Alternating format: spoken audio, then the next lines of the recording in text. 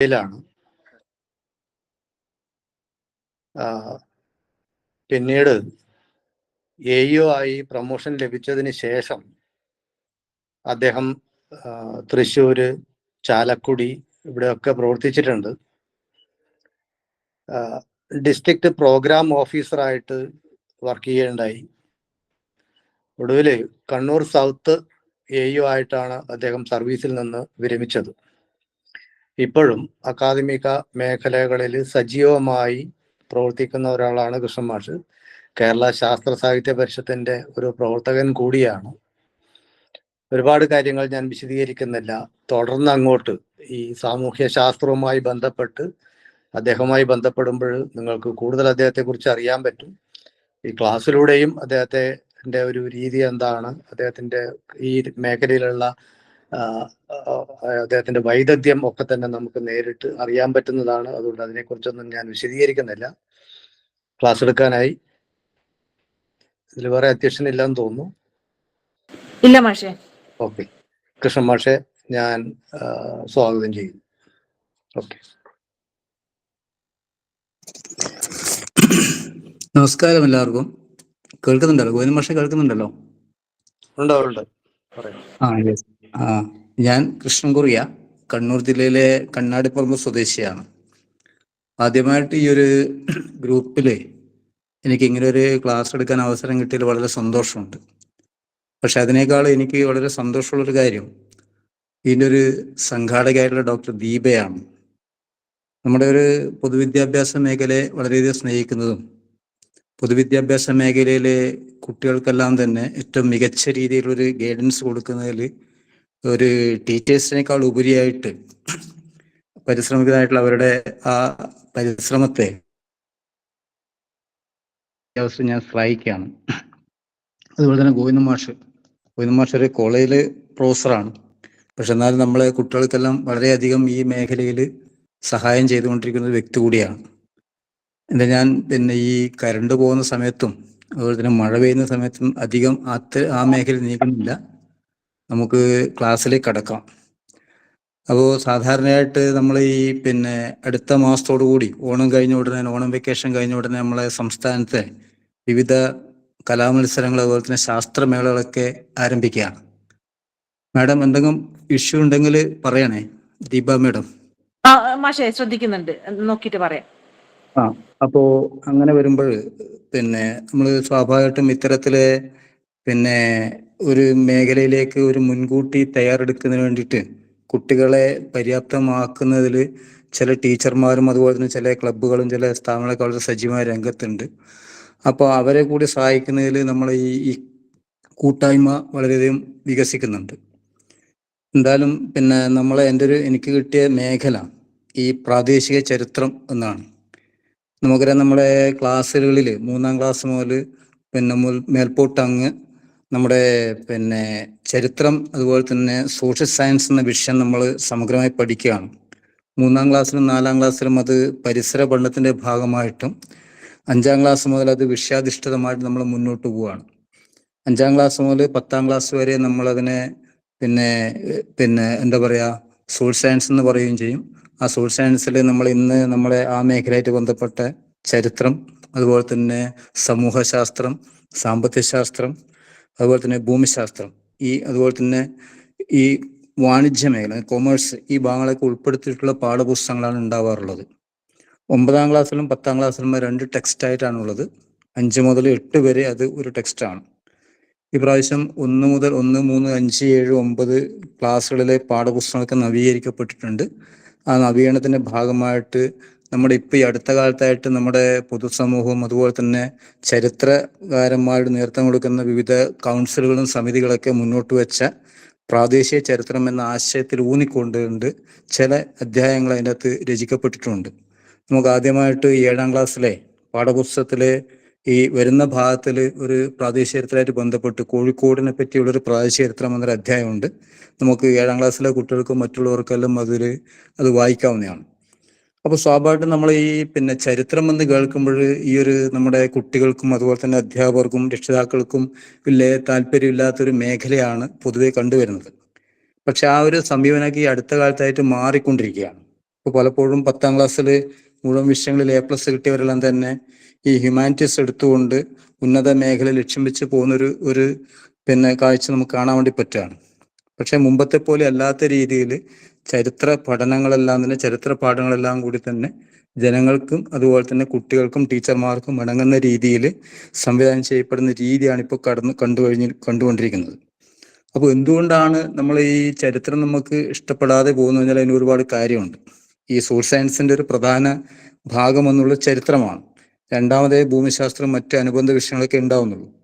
അപ്പൊ നമ്മൾ 3ാം ക്ലാസ്സിലും 4ാം ക്ലാസ്സിലും പഠിക്കുന്ന പരിസര പഠനത്തിന്റെ ഭാഗമായി പഠിക്കുമ്പോഴായി കഴിഞ്ഞാലും 5ാം ക്ലാസ് മുതൽ വിഷയാധിഷ്ഠിതമായി പഠിക്കുമ്പോഴും സ്വാഭാവികമായിട്ടും നമ്മളെ പറ്റിയുള്ള നമ്മളെ സംബന്ധിച്ചുള്ള ഒരു പാഠഭാഗങ്ങളൊന്നും ഇല്ലാതെ വരുമ്പോൾ സ്വാഭാവികമായിട്ടും അത് കേവലം ഒരു വിഷയമായി കാണാതെ പഠിക്കുകയും അല്ലെങ്കിൽ അത് നമ്മളെ നമുക്ക് അനുഭവവേദ്യമല്ലാത്ത രീതിയിൽ മാറുമ്പോൾ സ്വാഭാവികമായിട്ട് താല്പര്യമില്ലാത്ത രീതിയിലേക്കും പോവാണ്. നമ്മുടെ ചരിത്രങ്ങളും നമ്മുടെ പ്രദേശത്തിന്റെ ചരിത്രങ്ങളും ഒന്നും തന്നെ ഒരിക്കലും ഈ മേഖലയിൽ കണ്ടുവരുന്നില്ല. പ്രധാനമായിട്ടും നമ്മൾ ഈ ചരിത്രം എന്ന വാക്ക് തന്നെ ഹിസ്റ്ററി എന്നാണ്, ഹിസ്റ്റോറി എന്നാണ് പറയാം. അവന്റെ ചരിത്രം അത് അവളുടേതില്ല എന്നൊരു മറ്റൊരു കാര്യമാണ്. അതിന്റെ പകുതി ഭാഗം ചരിത്രം എന്ന് പറഞ്ഞാൽ ഹിസ്റ്റോറി എന്ന് പറയുമ്പോൾ കഥയാണ്. അപ്പോൾ കഴിഞ്ഞു പോയ കാലങ്ങളുടെ ഒരു അടുക്കും ചിട്ടയോടും അറേഞ്ച് ചെയ്ത ചില ആളുടെ കാഴ്ചപ്പാടിൽ ഉണ്ടാക്കിയെടുക്കുന്ന അതിമനോഹരമായ കഥയായിട്ട് നമുക്കതിനെ വ്യാഖ്യാനിക്കാൻ വേണ്ടി പറ്റും. അതിൽ നമ്മൾ ഇതുവരെ കണ്ടെടുത്തോളം ഈ ഒരു ചില എലൈറ്റ് ഗ്രൂപ്പിന്റെ, വരേണ്യവർഗത്തിന്റെ, ഭരണാധിവർഗത്തിന്റെ, അധികാരവർഗത്തിന്റെ, അതുപോലെ തന്നെ സമൂഹത്തിലെ അന്ന് മേൽത്തട്ടിൽ ഉണ്ടായിട്ടുള്ള അവരുടേതായിട്ടുള്ള ചില പ്രവർത്തനങ്ങളും ഇടപെടലുകളും ജൈത്രയാത്രകളും യുദ്ധങ്ങളും അതുപോലെ തന്നെ പിടിച്ചടക്കലുകളും മേധാവിത്വമാണ് കാണാൻ വേണ്ടി പറ്റുന്നത്. ഇതൊന്നും നമ്മളെ സാധാരണക്കാരനെ സംബന്ധിച്ചിടത്തോളം തീരെ ഒരു ബന്ധമില്ലാത്തതാണ്. അതുകൊണ്ട് തന്നെ ആ മേഖലയോട് നമ്മൾ മുഖംതിരിഞ്ഞ് നിൽക്കുകയാണ്. ഒരുപക്ഷെ ചരിത്രത്തിന്റെ പിന്നാമ്പുറത്തേക്ക് നമ്മൾ പോയി കഴിഞ്ഞാൽ മനുഷ്യന്റെ ചരിത്രം തുടങ്ങുന്നതിനെ പ്രാചീന ശിലായുഗം, അതായത് ആയുധമില്ലാത്ത അല്ലെങ്കിൽ നിരായുധനായ മനുഷ്യൻ എങ്ങനെ കാടുകളിലും അവൻ വസിക്കുന്ന സ്ഥലങ്ങളിലും മുന്നോട്ട് പോയി എന്നുള്ളതായിരിക്കാം. അങ്ങനെ നമ്മൾ അതിന് വിളിക്കുന്ന പേര് പ്രാചീന ശിലായുഗം എന്നുള്ളതാണ്. ആ ശിലകൾ ഉപയോഗിക്കുന്നതിന്റെ അടിസ്ഥാനത്തിൽ അവരെ 3 വിഭാഗങ്ങളായി തിരിക്കുന്നു. പിന്നെ അതിനുശേഷം നവീന ശിലായുഗമാണ്. ഇത് നമ്മുടെ ലോകത്തിന്റെ എല്ലാ മേഖലകളിലും വ്യത്യസ്തമായ കാലഘട്ടങ്ങൾ കണ്ടുവരുന്നുണ്ട്. ഒരുപക്ഷെ ഇപ്പോഴും നമ്മളെ പ്രാചീന ശിലായുഗത്തിന്റെ നമ്മളൊക്കെ വളരെ ഏറ്റവും മുന്നോക്കം പോകുന്ന കാലത്ത് പോലും ആഫ്രിക്കയിലേക്ക് പ്രാചീന ശിലായുഗത്തിന്റെ, നവീന ശിലായുഗത്തിന്റെ ചില ട്രൈബ്സിനെയും ചില ഗ്രൂപ്പുകളൊക്കെ നമുക്ക് ഇപ്പോഴും കാണാൻ വേണ്ടി പറ്റും. ഇനി ഇന്ത്യയിലേക്ക് വന്നാൽ ഇത് നമുക്ക് കാണാൻ വേണ്ടി പറ്റും. ഭീംബെട്ക പോലുള്ള പ്രദേശങ്ങളിൽ പ്രാചീന ശിലായുഗത്തിന്റെയും നവീന ശിലായുഗത്തിന്റെയും, നമ്മളെ വയനാട്ടിൽ ഇപ്പോൾ നമ്മൾ അപകടം നടന്ന വയനാട്ടിലെ തോവാരി മലയിൽ നവീന ശിലായുഗത്തിന്റെ ശിഷ്ടങ്ങളൊക്കെ അവശിഷ്ടങ്ങൾ കാണാൻ വേണ്ടി പറ്റും. അങ്ങനെ ഒരു ചിട്ടയായിട്ട് മുന്നോട്ട് പോകുന്ന ഒരു വിഷയമാണിത്. പിന്നെ നമ്മുടെ ഇന്ത്യയെ സംബന്ധിച്ച് പറയുകയാണെങ്കിൽ നമ്മൾ ആദ്യമായിട്ട് കേൾക്കുന്നത് സൈന്ധവ സംസ്കാരമാണ്. സൈന്ധവ സംസ്കാര ശേഷം വേദകാല സംസ്കാരം, വേദകാല ശേഷം നമ്മൾ ജനപദങ്ങൾ ഉണ്ടാവുന്നു. ഉത്തരേന്ത്യയിലെ പ്രമുഖ നദികളുടെ ഗംഗാ നദി കേന്ദ്രീകരിച്ചുകൊണ്ട് ഇന്നത്തെ ബീഹാർ, അല്ലെങ്കിൽ ബീഹാറിന്റെ തലസ്ഥാനമായിട്ട് പാട്ന കേന്ദ്രീകരിച്ചാണ് ഇന്നത്തെ മഗധം. ആ മഗധം കേന്ദ്രീകരിച്ചുകൊണ്ട് മൗര്യ സംസ്കാരവും ഗുപ്ത സംസ്കാരമൊക്കെ ഉണ്ടാവണം. ആ മൗര്യ ഡൈനസ്റ്റി, ഗുപ്ത ഡൈനസ്റ്റി ഒക്കെ ഉണ്ടാവും. ഇതിങ്ങനെ വളർന്നു കൊണ്ടിരിക്കുകയാണ്. ഇതിന് സമാനമായിട്ട് ആ ഉത്തരേന്ത്യയിൽ ഇങ്ങനെയാണ് ദക്ഷിണേന്ത്യയിലും അതുപോലെ തന്നെ ഇന്ത്യയുടെ കിഴക്ക് പടിഞ്ഞാറൻ മേഖലകളിലും ഈ ഒരു രീതി കാണാൻ വേണ്ടി പറ്റും. ഇപ്പൊ തെക്കേ ഇന്ത്യയിലേക്ക് വരികയാണെങ്കിൽ നമുക്ക് പ്രധാനമായിട്ടും നമ്മൾ കേരള ചരിത്രമൊക്കെ ആരംഭിക്കുന്നത് സംഘകാലമാണ്. സംഘകാല ചരിത്രം ആരംഭിക്കുന്നു. ചേര, ചോള, പാണ്ഡ്യന്മാരെ പറ്റി നമ്മൾ പറയുന്നു. തെക്കേ ഇന്ത്യയിൽ ഉണ്ടായിട്ടുള്ള, പ്രത്യേകിച്ച് കേരളത്തെ ഫോക്കസ് ഉണ്ടായിട്ടുള്ള 2ാം ചേര സാമ്രാജ്യത്തെ പറ്റി പറയുന്നു. ആ 2ാം ചേര സാമ്രാജ്യത്തിൽ നമ്മൾ അവസാനമായിട്ട് പറയുന്നത് ഈ അവസാനത്തെ ചേരമാൻ രാജാവായിട്ടുള്ള ചേരമാൻ പെരുമാൾ, നമ്മളെല്ലാം അറിയുന്ന ചേരമാൻ പെരുമാൾ ഇസ്ലാം മതം സ്വീകരിച്ചുകൊണ്ട് മെക്കയിലേക്ക് പോവാണ്. ആ ഒരു യാത്ര നമ്മൾ ചിലപ്പോൾ ഓണമായിട്ട് ആഘോഷിക്കുന്നുണ്ട്. അതൊക്കെ നമ്മൾ പറയുന്നതാണ്. ഇതൊക്കെ ഒരു വ്യവസ്ഥാപിതമായിട്ട് എഴുതി തയ്യാറാക്കിയ ഒരു സാധനമാണ്. അതിനുശേഷം നമ്മൾ പഠിക്കുന്നതെന്ന് വെച്ചാൽ മധ്യകാലം ശേഷമാണ് മധ്യകാലത്തിലെ മുസ്ലിങ്ങളുടെ ആഗമനത്തിന് ശേഷം നമ്മൾ ഈ ഡൽഹി സുൽത്താനേറ്റ് വരുന്നു, മുഗളന്മാർ വരുന്നു, പിന്നെ യൂറോപ്യന്മാർ വരുന്നു. യൂറോപ്യന്മാർക്ക് ശേഷം നമ്മൾ അവരോടുള്ള പോരാടി സ്വാതന്ത്ര്യ സമരം നേതൃത്വം കൊടുക്കുന്നു, ഗാന്ധിജിക്ക് നേതൃത്വം കൊടുക്കുകയാണ്. അപ്പൊ ഇതിങ്ങനെ നമ്മൾ ഏത് കാലഘട്ടത്തിലും ഓരോ വളർച്ചക്കനുസരിച്ച് ഈ ചരിത്രം ഇങ്ങനെ വളർന്നു വരുന്ന കാര്യം കാണാൻ വേണ്ടി പറ്റും. നമുക്ക് ഒരുപക്ഷെ ആലോചിച്ച് കഴിഞ്ഞാൽ ഇന്ത്യ ചരിത്രം എഴുതുന്ന എല്ലാ പ്രഗത്ഭരായിട്ടുള്ള ചരിത്രകാരന്മാരും, RC ശർമ്മ ഉൾപ്പെടെയുള്ള, പ്രത്യേകിച്ച് നമ്മൾ മലയാളിയായിട്ട് പറയപ്പെടുന്ന KN ഗണേഷ്, അതുപോലെ തന്നെ KP ശ്രീധര മേനോൻ, അതുപോലെ തന്നെ തെന്നിന്ത്യയിലെ പ്രമുഖ തെക്കേ ഇന്ത്യൻ സംസ്കാരത്തെ നീലകണ്ഠ ശാസ്ത്രികൾ, ഇവരെല്ലാം തന്നെ ഒരേ രീതിയിലാണ് ഇത് എഴുതിയിട്ടുള്ളത്. ഏത് റൊമില താപ്പറായി കഴിഞ്ഞാൽ ഒരേ രീതിയിലാണ് എഴുതിയിട്ടുള്ളത്. അതുകൊണ്ട് സ്വാഭാവികമായിട്ട് ഒരു വ്യവസ്ഥാപിതമായിട്ടുള്ള ഒരു ചട്ടക്കൂടിനടുത്ത് ഉള്ള ഒരു സംസ്കാരമായിട്ടാണ് അല്ലെങ്കിൽ ഒരു കഥയായിട്ടാണ് ഈ ചരിത്രം നമ്മൾ കണ്ടുവരുന്നത്. അപ്പൊ സ്വാഭാവികമായിട്ടും നമ്മൾ ആലോചിക്കുന്ന കാര്യം, ഇതാണ് യഥാർത്ഥ ചരിത്രം. നിങ്ങൾ ആലോചിച്ച് നോക്കൂ. ഇപ്പൊ നമ്മൾ 7ാം ക്ലാസ്സിൽ 1ാമത്തെ പാഠപുസ്തകത്തിൽ ചില വിവാദങ്ങൾ ഇപ്പൊ നടക്കുന്നുണ്ട്. അതിനകത്ത് പറഞ്ഞൊരു കാര്യം, ഈ ചെങ്കോട്ട 1648 ഷാജഹാന്റെ കാലത്താണ് ചെങ്കോട്ട ഉണ്ടാക്കപ്പെട്ടിട്ടുള്ളത്. അതുപോലെ തന്നെ 1523 കാലഘട്ടത്തിലാണ് നമ്മുടെ തെന്നിന്ത്യയിലെ വിജയനഗര സാമ്രാജ്യത്തിലെ കൃഷ്ണദേവരായരുണ്ടായിരുന്നത്. ഈ രണ്ടും ഒരേ കാലത്താണ് ഉണ്ടായിട്ടുള്ളതെന്ന് നമ്മൾ ചോദ്യം. പക്ഷേ ഇത് നമ്മൾ കൃഷ്ണദേവരായ കാലത്തുണ്ടായ ക്ഷേത്രങ്ങളായി കഴിഞ്ഞാലും ഈ ഷാജഹാന്റെ കാലത്തുണ്ടായിട്ടുള്ള താജ്മഹൽ ആയി കഴിഞ്ഞാൽ ചെങ്കോട്ടയായി കഴിഞ്ഞാലും ഇത് യഥാർത്ഥത്തിൽ അവരുടെ സൃഷ്ടിയാണോ? ഇത് നമ്മൾ കാണുന്നത് അവരുടെ സൃഷ്ടിയാണ്. ഇപ്പോൾ ഉദാഹരണത്തിന് ഇപ്പം ഈ താജ്മഹലിന്റെ മുംതസ് മഹലിന്റെ ഓർമ്മക്കായിട്ട് ഇസ എന്നൊരു ഇറാനിയൻ കലാകാരൻ ഉണ്ടാക്കിയിട്ടുള്ള ആ താജ്മഹല് ഇപ്പോഴും നമ്മൾ ഓർമ്മിക്കുന്നത് ഷാജഹാന്റെ ഒരു സംഭാവനയായിട്ടാണ്. അതുപോലെ തന്നെ ചെങ്കോട്ടയൊക്കെ ഷാജഹാന്റെ സംഭാവനയായിട്ടാണ്. പക്ഷെ ഇപ്പൊ നമ്മളത്തെ കാലത്ത് ആലോചിച്ച് നോക്കൂ. നമ്മളിപ്പം പാലക്കാട് ജില്ലയിലെ മലമ്പുഴയുള്ള യക്ഷി എന്ന ആ കോൺക്രീറ്റ് വളരെ മനോഹരമായിട്ട് വൈവിധ്യമാർന്ന ആ ശില്പം നമ്മളിപ്പം പഠിക്കുമ്പോൾ ആ ശില്പം ഉണ്ടാക്കിയ കാലത്തെ മുഖ്യമന്ത്രിയെ പറ്റിയോ ഇന്ത്യൻ പ്രധാനമന്ത്രിയെ പറ്റിയോ അല്ല നമ്മൾ ഓർക്കുന്നത്. പകരം അതുണ്ടാക്കിയ കാനായി കുഞ്ഞിരാമനെ പറ്റിയാണ് നമ്മൾ ഓർക്കുന്നത്. അപ്പൊ ഇപ്പോൾ ആ രീതിയിലേക്ക് മാറിക്കൊണ്ടിരിക്കുകയാണ്. അതുകൊണ്ട് സ്വാഭാവികമായിട്ടും നമ്മൾ കാണുന്നൊരു കാര്യം, ഈ രീതിയിലേക്ക് ചരിത്രം ഡൈവേർട്ട് ചെയ്ത് കഴിഞ്ഞാൽ, അല്ലെങ്കിൽ ഒരു പാരഡൈം ഷിഫ്റ്റ് നമ്മൾ സ്വീകരിച്ചു കഴിഞ്ഞാൽ ഇത്തരം ചരിത്രങ്ങളൊക്കെ സ്വീകരിക്കപ്പെടും എന്ന കാഴ്ചപ്പാടിലാണ് നമ്മൾ ഈ ഒരു ലോക്കൽ ഹിസ്റ്ററി എന്ന മേഖലയിലേക്ക് നീങ്ങിയിട്ടുള്ളത്. അത് മാത്രമല്ല, നിങ്ങൾ ആലോചിച്ച് നോക്കൂ, ഏത് രാജവംശകാലത്തായി കഴിഞ്ഞാൽ ഏത് ഭരണാധികാരിയുടെ കാലമായി കഴിഞ്ഞാലും ആ ഭരണാധികാരികളുടെ ശ്രേഷ്ഠമായ കഥകളും അല്ലാത്ത കഥകളും മാത്രമേ പറയാൻ വേണ്ടി പറ്റൂ. അത് ഔറംഗസീബ് ആയി കഴിഞ്ഞാലും കൃഷ്ണദേവരായി കഴിഞ്ഞാലും അക്ബറായി കഴിഞ്ഞാലും. പക്ഷെ നമ്മൾ പറയുന്ന അതിനകത്തുള്ള സാധാരണക്കാരെവിടെ?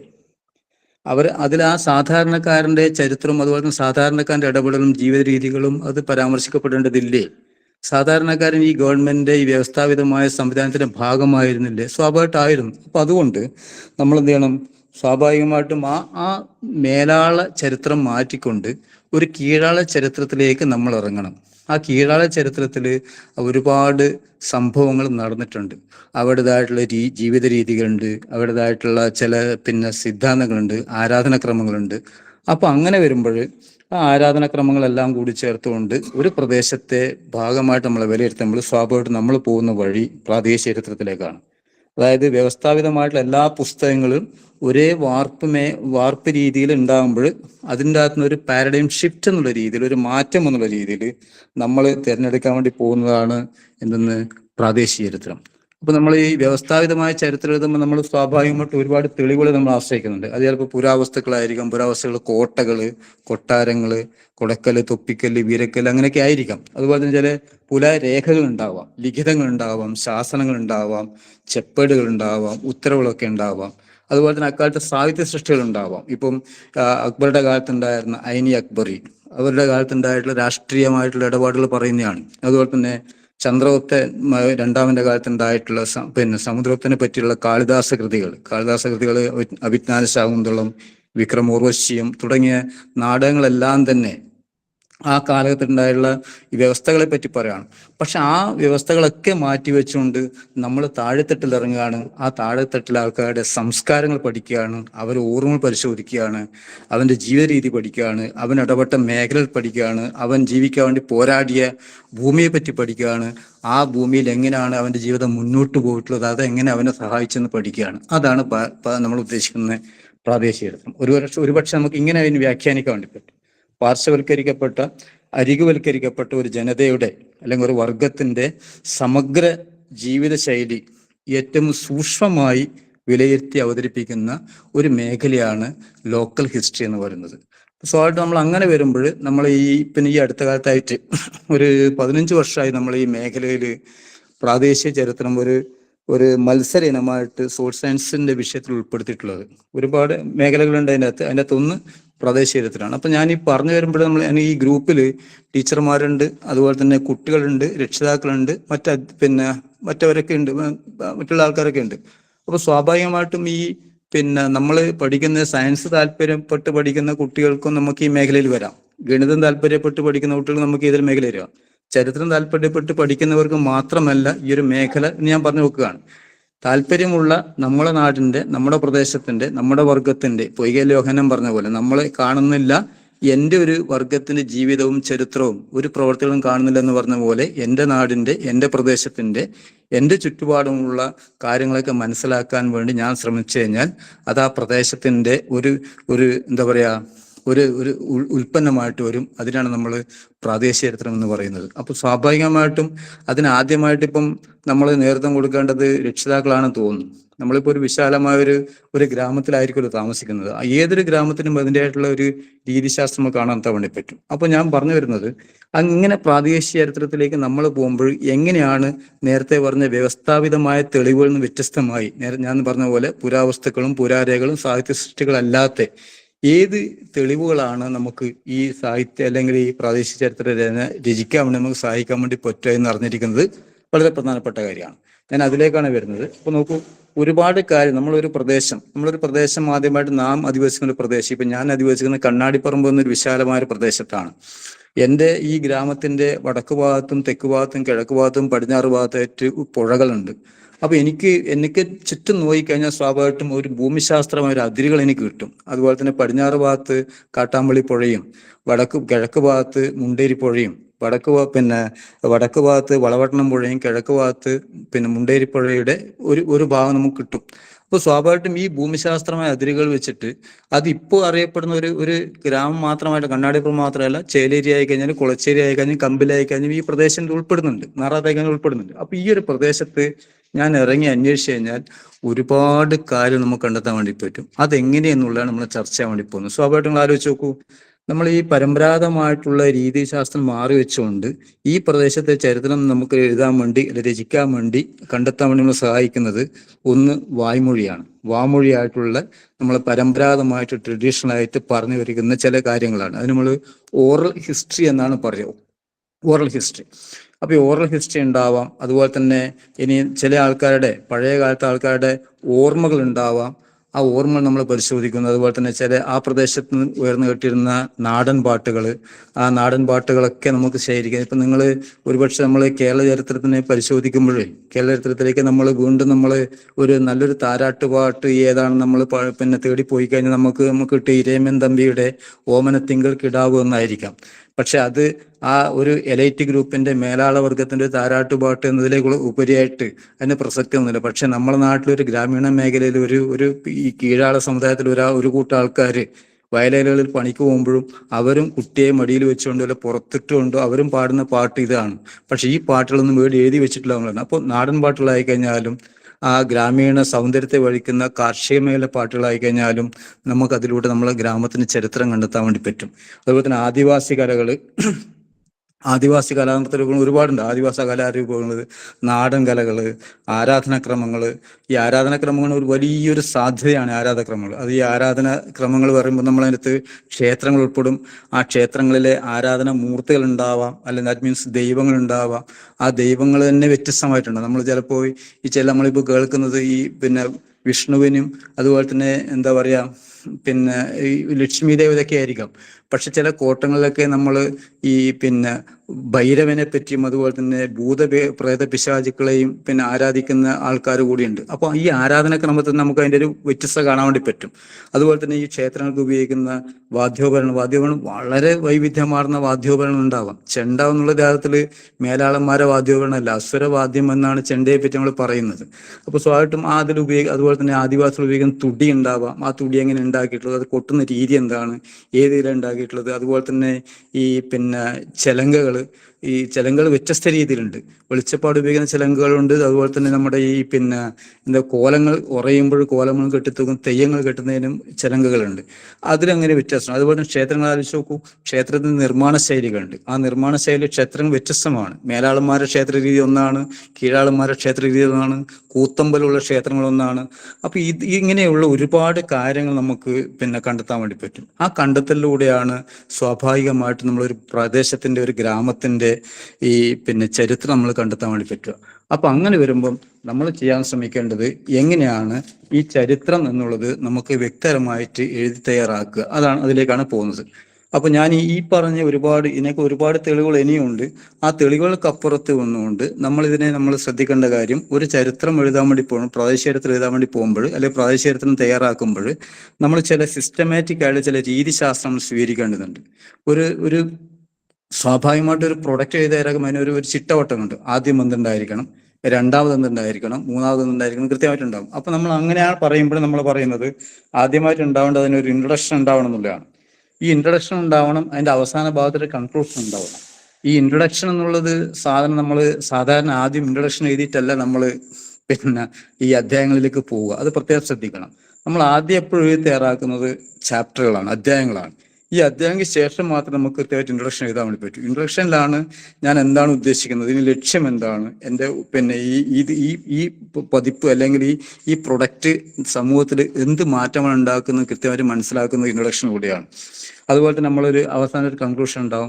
നമ്മൾ അതിനുവേണ്ടി സ്വീകരിച്ചിട്ടുള്ള ചില റെഫറൻസ് ഗ്രന്ഥങ്ങൾ ഉണ്ടാവാം, അതുപോലെ ചില ആൾക്കാരായിട്ടുള്ള അഭിമുഖങ്ങൾ ഉണ്ടാവാം, ഈ കാര്യങ്ങളൊക്കെ ഉണ്ടാവണം. അതുപോലെ തന്നെ അതിനുവേണ്ടി നമ്മൾ നെറ്റിന് പരതിയിട്ടുണ്ടോ, അതുപോലെ തന്നെ മറ്റ് ഈ സൊവനിയറുകളും അതല്ലാത്ത രീതിയിൽ വലിയ പുസ്തകം പരതിയിട്ടുള്ള ബിബ്ലിയോഗ്രാഫി ഒക്കെ ഉണ്ടാവാം. അപ്പോൾ ഇതിലേക്കാണ് നമ്മൾ പോകുന്നത്. അപ്പോൾ ആദ്യമായിട്ട് ഞാൻ പറയാൻ ഉദ്ദേശിക്കുന്നത്, നമ്മൾ ഇങ്ങനെ ഒരു ലോക്കൽ ഹിസ്റ്ററിയിൽ പ്രായശീലത്തിന് തയ്യാറാക്കുമ്പോൾ നമ്മൾ അധ്യായങ്ങൾ ചാപ്റ്ററൈസ് ചെയ്യലാണ്. ആ ചാപ്റ്ററൈസ് ചെയ്യുമ്പോൾ നമ്മൾ ഉണ്ടാവേണ്ട ചില മേഖലകളാണ് ഞാൻ പറയാൻ വേണ്ടി പോകുന്നത്. ഒന്നാമതായിട്ട് നമുക്ക് ഉണ്ടാവേണ്ടത് ആ പ്രദേശത്തിന്റെ ഒരു ഭൂമിശാസ്ത്രപരമായ സവിശേഷതയെ പറ്റി ആദ്യമായിട്ടൊരു പരാമർശം നടത്തണം എന്നുള്ളതാണ്.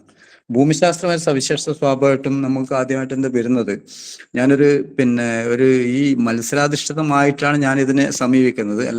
മത്സരത്തിൽ സാമൂഹ്യശാസ്ത്ര മത്സരത്തിൽ ഒരു പ്രൊജക്ട് തയ്യാറാക്കുക എന്നുള്ള രീതിയിലാണ് ഞാൻ സമീപിക്കുന്നത്.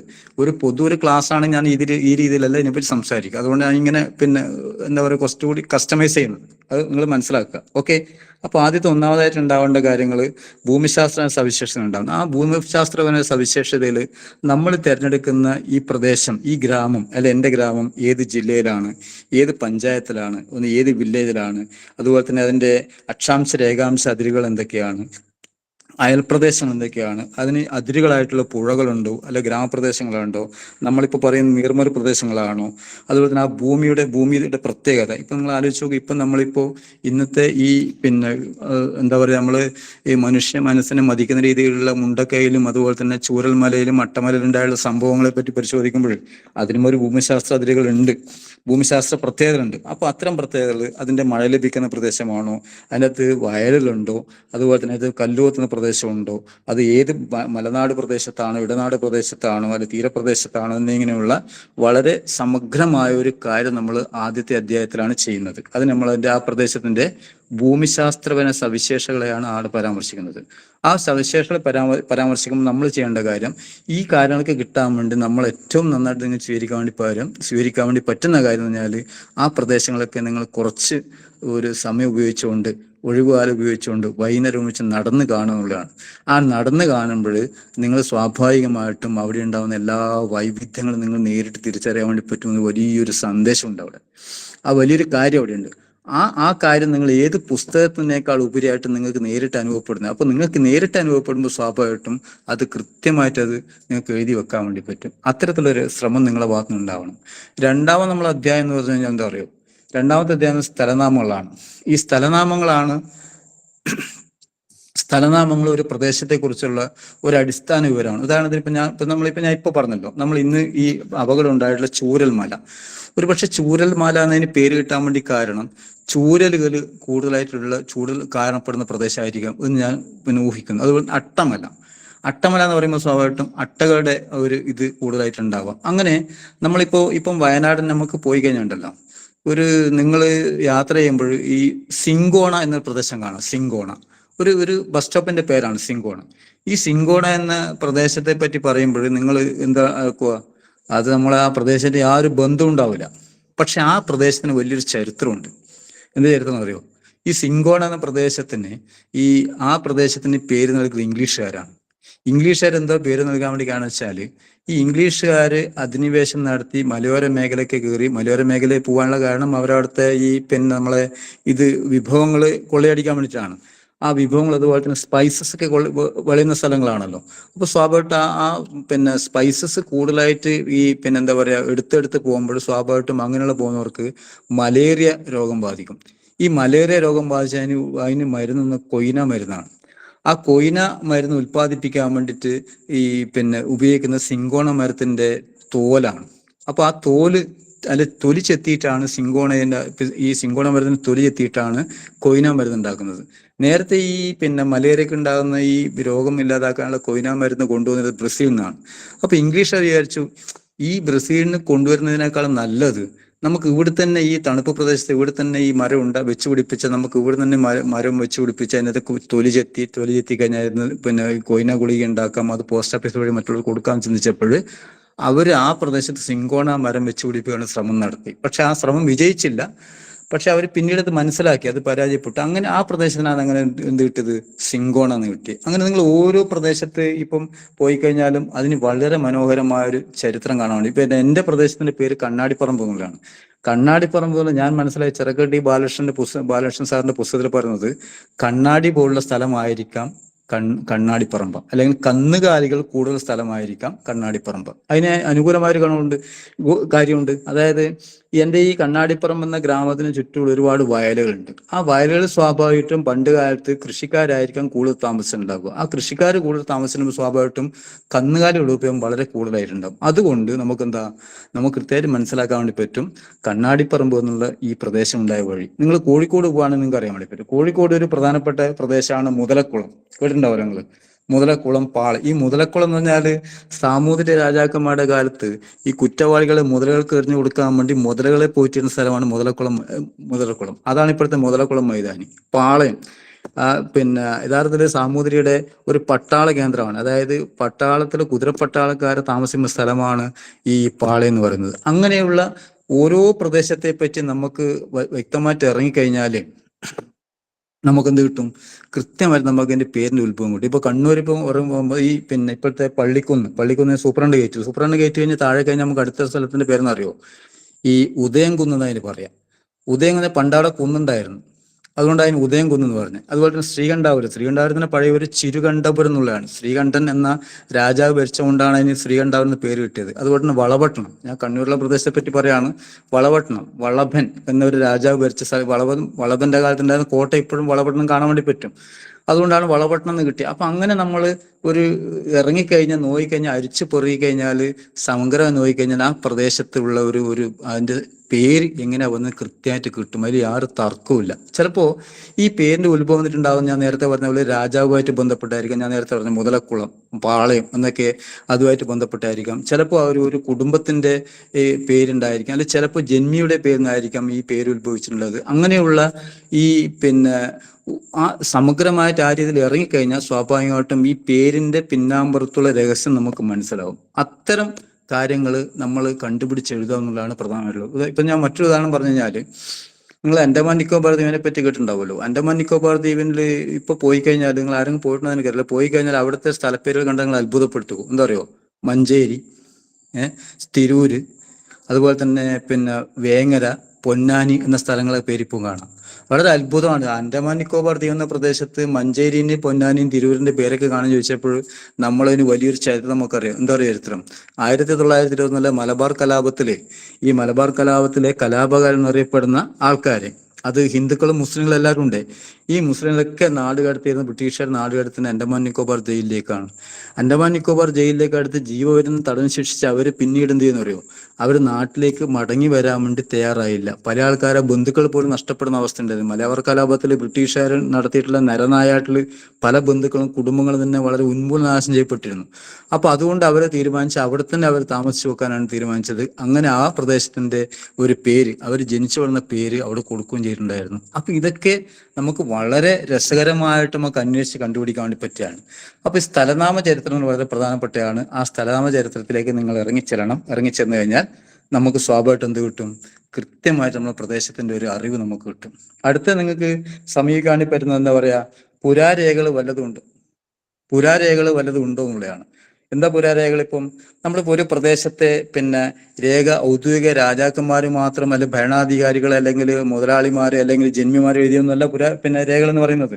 ചിലപ്പോൾ ഒരു പ്രദേശത്തിന്റെ കുടുംബത്തുണ്ടാവുന്ന ഒസ്യത്ത് ഉണ്ടാവും. ഒസ്യത്ത് നമ്മൾ വിൽപ്പത്രം എന്ന് പറയാറില്ലേ? ചിലപ്പോൾ ചില പ്രമാണങ്ങൾ ഉണ്ടാവും, ചിലപ്പോൾ ചില കത്തുകൾ ഉണ്ടാവും. ആ കത്തുകൾ ചിലപ്പോൾ എന്തിനാ, ചിലപ്പോൾ ലവ് ലെറ്റർ ആയിരിക്കാം, ചിലപ്പോൾ കല്യാണ കത്തായിരിക്കാം, ചിലപ്പോൾ പിന്നെ ബന്ധുക്കൾക്ക് അയച്ച കത്തായിരിക്കും.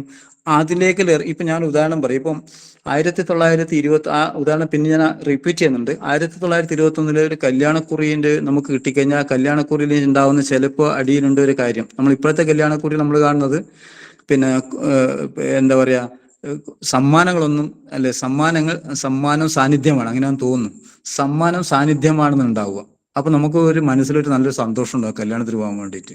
പക്ഷെ ഈ കാലത്ത് ഉണ്ടാകുന്ന കല്യാണത്തിൽ അങ്ങനെയല്ല. എന്താ പറഞ്ഞറിയോ? നിങ്ങൾ നിങ്ങളുടെ ഒരു ദിവസത്തെ റേഷനരി കൂടി കൊണ്ടുവരേണ്ടതാണെന്ന് ഉണ്ടാവും അതിനകത്ത്. നമ്മൾ കണ്ടതാണ്. ഒരു ദിവസത്തെ റേഷനരി കൂടി നിങ്ങൾ കല്യാണത്തിന് കൊണ്ടുവരേണ്ടതാണ് എന്ന് പറഞ്ഞാൽ അത് അന്നത്തെ ആ ഒരു ബന്ധം നമുക്ക് കിട്ടും. മാത്രമല്ല, അന്നുണ്ടായിരുന്ന 1921 ഒന്നാം ലോക യുദ്ധത്തിന് ശേഷം ഉണ്ടായിരുന്ന നമ്മളെ നാട് അനുഭവിച്ച സാമ്പത്തിക മാന്ദ്യതയുടെ യഥാർത്ഥ ചിത്രം അതിനകത്ത് കിട്ടും. അത് സാധാരണക്കാരനെ ബാധിച്ചതെങ്ങനെ നമുക്ക് കിട്ടും. അത് വെച്ച് നോക്കിയാൽ ഒരുപാട് കാര്യങ്ങൾ. അതുപോലെ നിങ്ങൾ ആലോചിച്ച് നോക്കൂ, ആ സമയത്ത് ഉണ്ടാവുന്ന സാധനങ്ങളുടെ വില നിലവാരമുള്ള ഒരു ബില്ല് നമ്മളിപ്പോൾ ഇപ്പോഴത്തെ വാട്സാപ്പിലേക്ക് നമുക്ക് ഇറങ്ങിയെടുക്കുന്ന കാണാൻ വേണ്ടി പറ്റും. ആ കാലത്ത് ഒരു കടയിൽ നിന്ന് സാധനങ്ങൾ വാങ്ങിയ ആ സാധനങ്ങളുടെ ബില്ലുകൾ വെച്ച് നോക്കി നമ്മൾ അന്താളിച്ചു. ഇന്നും അതുമായിട്ട് യാതൊരു ബന്ധമില്ലാത്ത രീതിയിലാണ് ഇത്രയാണ് ഇത്ര പൈസ, ഒരു പവൻ ഇത്ര പൈസ എന്ന് കാണിക്കാൻ വേണ്ടി പറ്റും. അത് നമുക്ക് വലിയ രേഖയാണ്. അതൊരു പുരാരേഖയായിട്ട് നമുക്ക് കാണാൻ വേണ്ടി പറ്റും.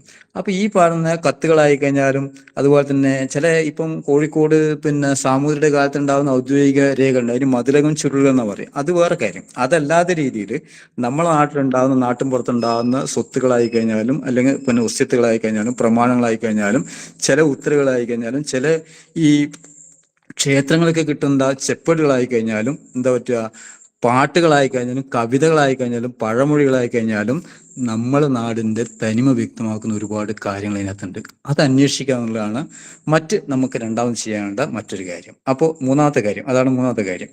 അപ്പൊ ഈ പുരാരേഖകൾ അന്വേഷിക്കുകയും അതിന്റെ കൂടെ നമുക്ക് കിട്ടുന്ന ഭാഗത്തുണ്ടാവുന്ന എന്താ പറയുക പുരാവസ്തുക്കൾ, ഞാൻ നേരത്തെ പറഞ്ഞ ഒരു വ്യവസ്ഥാപിതമായ ചരിത്രത്തിന്റെ ഭാഗം ഉണ്ടാകുന്ന പുരാവസ്തുക്കളല്ല. നമ്മുടെ നാട്ടിന്റെ പ്രദേശത്ത് പോയി കഴിഞ്ഞാൽ ഇപ്പോ ഈ ചുമടുകളൊക്കെ കട്ടിക്കൽ ചുമട് താങ്ങി നമ്മൾ പറയാറുണ്ട്. അതായത് ഈ ചുമടുകളൊക്കെ ഈ യാത്രാവേളയിൽ ചരക്കുകൾ കൊണ്ടുപോകുമ്പോൾ ഈ സാധനങ്ങൾക്ക് ഇറക്കി വെക്കാനുള്ള വലിയൊരു കല്ല് നമുക്ക് കാണാം. ഒരാൾ ഉയരുള്ള കല്ല്. ആ കല്ലെന്ന് പറയുന്നത് ഇതിന്റെ ഈ പിന്നെ കല്ല് ഇറക്കി വെക്കാനുള്ള ചുമട് ഇറക്കി വെക്കാനുള്ള സ്ഥലമാണ്.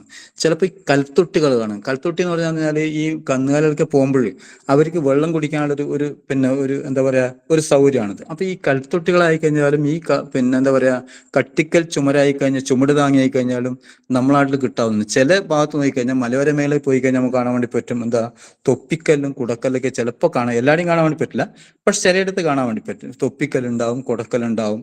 പിന്നെ നമ്മുടെ നാട്ടിലെ പഴയ കാലത്ത് ഉണ്ടാകുന്ന ചില കെട്ടിടങ്ങൾ ഉണ്ടാവാം, അതൊക്കെ ഉണ്ടാവാം. പിന്നെ നമ്മളിപ്പോൾ ചില പ്രദേശത്ത് പോയി കഴിഞ്ഞാൽ ഇപ്പൊ നമ്മൾ ഇടുക്കിയിലെ മലയോര മേഖലയിൽ മുനിയറ എന്ന സ്ഥലമുണ്ട്. ആ മുനിയറ ഗവൺമെന്റ് സ്കൂളുള്ളതാണ്.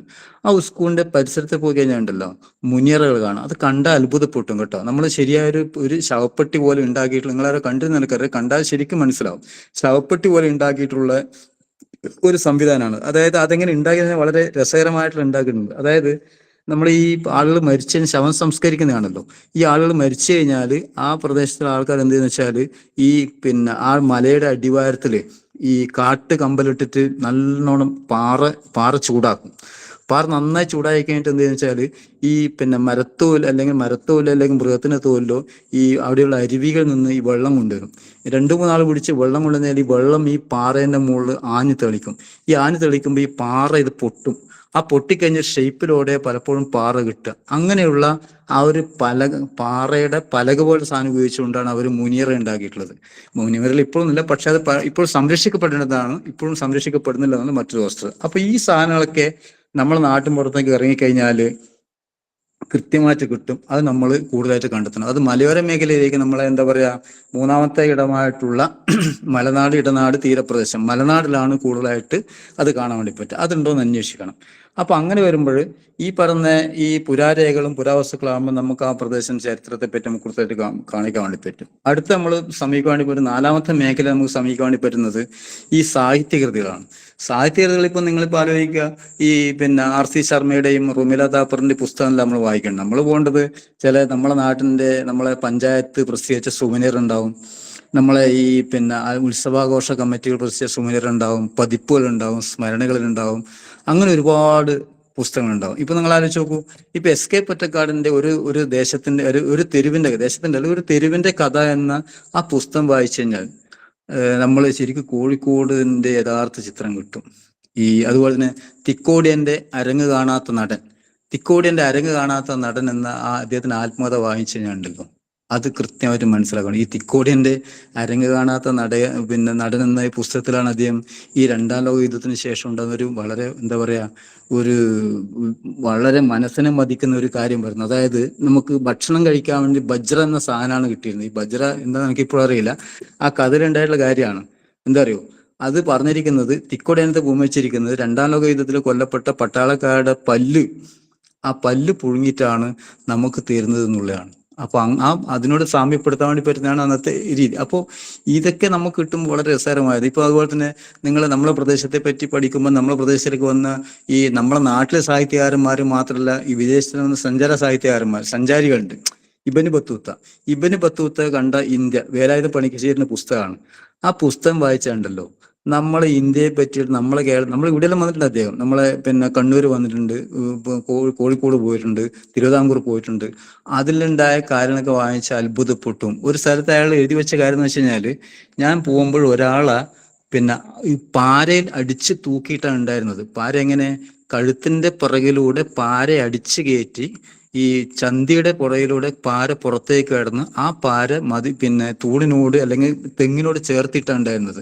ഞാൻ അന്വേഷിച്ചപ്പോൾ അയാൾ ചെയ്ത കുറ്റം വെറുതെ കിടന്നിരുന്ന 3 തേങ്ങ എടുത്തതാണ്, മോഷ്ടിച്ചതല്ല, തേങ്ങ എടുത്തതാണ്. അപ്പൊ അത്രയും ലളിതമായ കുറ്റത്തിന് അയാൾ കണ്ട ആ ഭീകരമായ കാഴ്ച നമ്മളെ മനസ്സിലാക്കേണ്ടത് അന്നത്തെ സാമൂഹ്യ വ്യവസ്ഥയിൽ ഈ ജന്മിമാരുടെ ക്രൂരമായിട്ടുള്ള ഇടപെടലുകളും അത്രമാത്രം കീഴാളന്മാർക്ക് താഴ്ന്നജാതിക്കാർക്ക് കൊടുത്ത ശിക്ഷാരീതികളാണ്. ഇത് നമ്മൾ ഒരു ഔദ്യോഗിക ചരിത്രം തേടി നമുക്ക് കിട്ടൂല. അത് ബുക്കാനിന്റെ ആയിക്കഴിഞ്ഞാലും ഈ അബ്ദുൾ റസാഖിന്റെ ആയിക്കഴിഞ്ഞാലും നമുക്ക് കാണാം. ഇപ്പൊ അബ്ദുൾ റസാഖിന്റെ ചില വിവരണങ്ങളിൽ നമ്മളിപ്പോ ഇവിടെ ഈ വളവട്ടണം പുഴ വഴി അയാൾ ഇരിക്കൂറിന് നമ്മൾ പശ്ചിമഘട്ടത്തിന്റെ ഭാഗത്ത് വരെ എത്തിയിട്ടുണ്ട്. ശ്രീകണ്ഠാപുരം വഴി ഇരിക്കൂർ പുഴ വഴി അങ്ങ് പശ്ചിമഘട്ടത്തിന്റെ ഭാഗം വരെ എത്തിയിട്ടുണ്ട്. അതുവഴി നമുക്ക് കൃത്യമായിട്ട് മനസ്സിലാവും. അതുപോലെ തന്നെ നിങ്ങൾ ആലോചിച്ച് നോക്കൂ, നമ്മളെ ഇയാളെ പുസ്തകം വില്യൻ ലോഗന്റെ മലബാർ മാനുവൽ, ശരിക്കും നമ്മളെ മലബാറിന്റെ യഥാർത്ഥ ചരിത്രത്തെ കുറിച്ച് വളരെ കൃത്യമായിട്ട് ആധികാരികമായിട്ട് മനസ്സിലാക്കാൻ വേണ്ടി ഒരു പുസ്തകമാണ് വില്യൻ ലോഗന്റെ മലബാർ മാനുവൽ. സാധാരണ എല്ലാ പുസ്തകത്തിന്റെ പേര്, കഥ, നോവൽ എന്നേ പറയുള്ളൂ. പക്ഷെ ഇതിന് മാനുവൽ എന്ന് പറയാൻ വേണ്ടി കാരണം ഈ 1750 ശേഷം ഇവിടെ വന്നിട്ടുള്ള ലോഗൻ ഈ മലബാറിന്റെ വ്യവസ്ഥകളായിട്ട് ഒരുപാട് വ്യവസ്ഥകളെ പറ്റി, അതായത് ഭൂനികുതിയെ പറ്റി പറയുന്നുണ്ട്, കുടുംബങ്ങളെ പറ്റി പറയുന്നുണ്ട്, തറവാടുകളെ പറ്റി പറയുന്നുണ്ട്, ഭൂമിശാസ്ത്ര സവിശേഷങ്ങളെ പറ്റി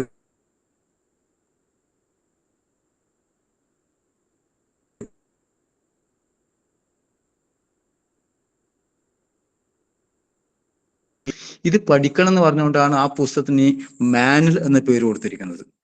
അല്ലെങ്കിൽ നോവലിന് പേര് കൊടുക്കാമായിരുന്നു, അല്ലെങ്കിൽ കഥ കൊടുക്കാൻ വേണ്ടി പറ്റുമായിരുന്നു.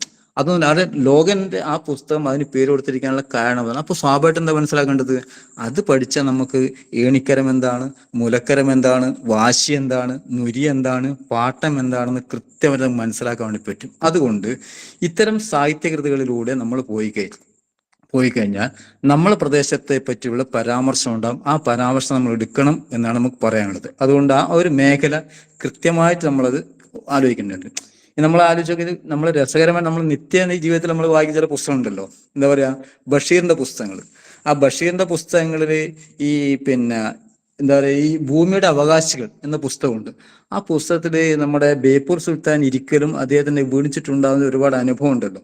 ആ അനുഭവങ്ങളെ പറയുമ്പോൾ തന്നെ അവിടുത്തെ ഒരു ഭൂമിശാസ്ത്രമായ സവിശേഷത, ബേപ്പൂരിന്റെ സവിശേഷത കൃത്യമായിട്ട് നമുക്ക് കിട്ടാവുന്നതാണ്. അപ്പൊ ഇത്തരം നമ്മളെ പുസ്തകത്തിന് നല്ല ചരിത്രകാരൻ നല്ലൊരു വായനക്കാരൻ കൂടി ആയിരിക്കണം കേട്ടോ. ഞാൻ ഇതിലിടക്ക് പറയാണ്, നല്ല ചരിത്രകാരൻ നല്ലൊരു വായനക്കാരൻ കൂടി ആയിരിക്കണം. അപ്പൊ അതുകൊണ്ട് ഇത്തരത്തിൻ്റെ അത് നമുക്ക് എന്ത് കിട്ടും, നമ്മളെ പ്രദേശത്തിന് സാഹിത്യ സൃഷ്ടികളിൽ നിന്ന്, കൃതികളിൽ നിന്ന്, ഈ പറഞ്ഞ രേഖകളിൽ നിന്നെല്ലാം തന്നെ നമ്മളെ പ്രദേശത്തെ പറ്റി കൃത്യമായിട്ട് നമുക്ക് കിട്ടാൻ വേണ്ടി പറ്റും. ഇനി അടുത്ത അടുത്ത നമ്മളൊരു അധ്യായം നമ്മൾ പരാമർശിക്കേണ്ട ഒരു പ്രദേശത്തിന്റെ കാർഷിക ചരിത്രമാണ്. ഒരു മനുഷ്യന്റെ യഥാർത്ഥ ജീവിതം മുന്നോട്ട് നയിക്കുന്നത് കാർഷിക മേഖല, നമുക്കറിയാലോ.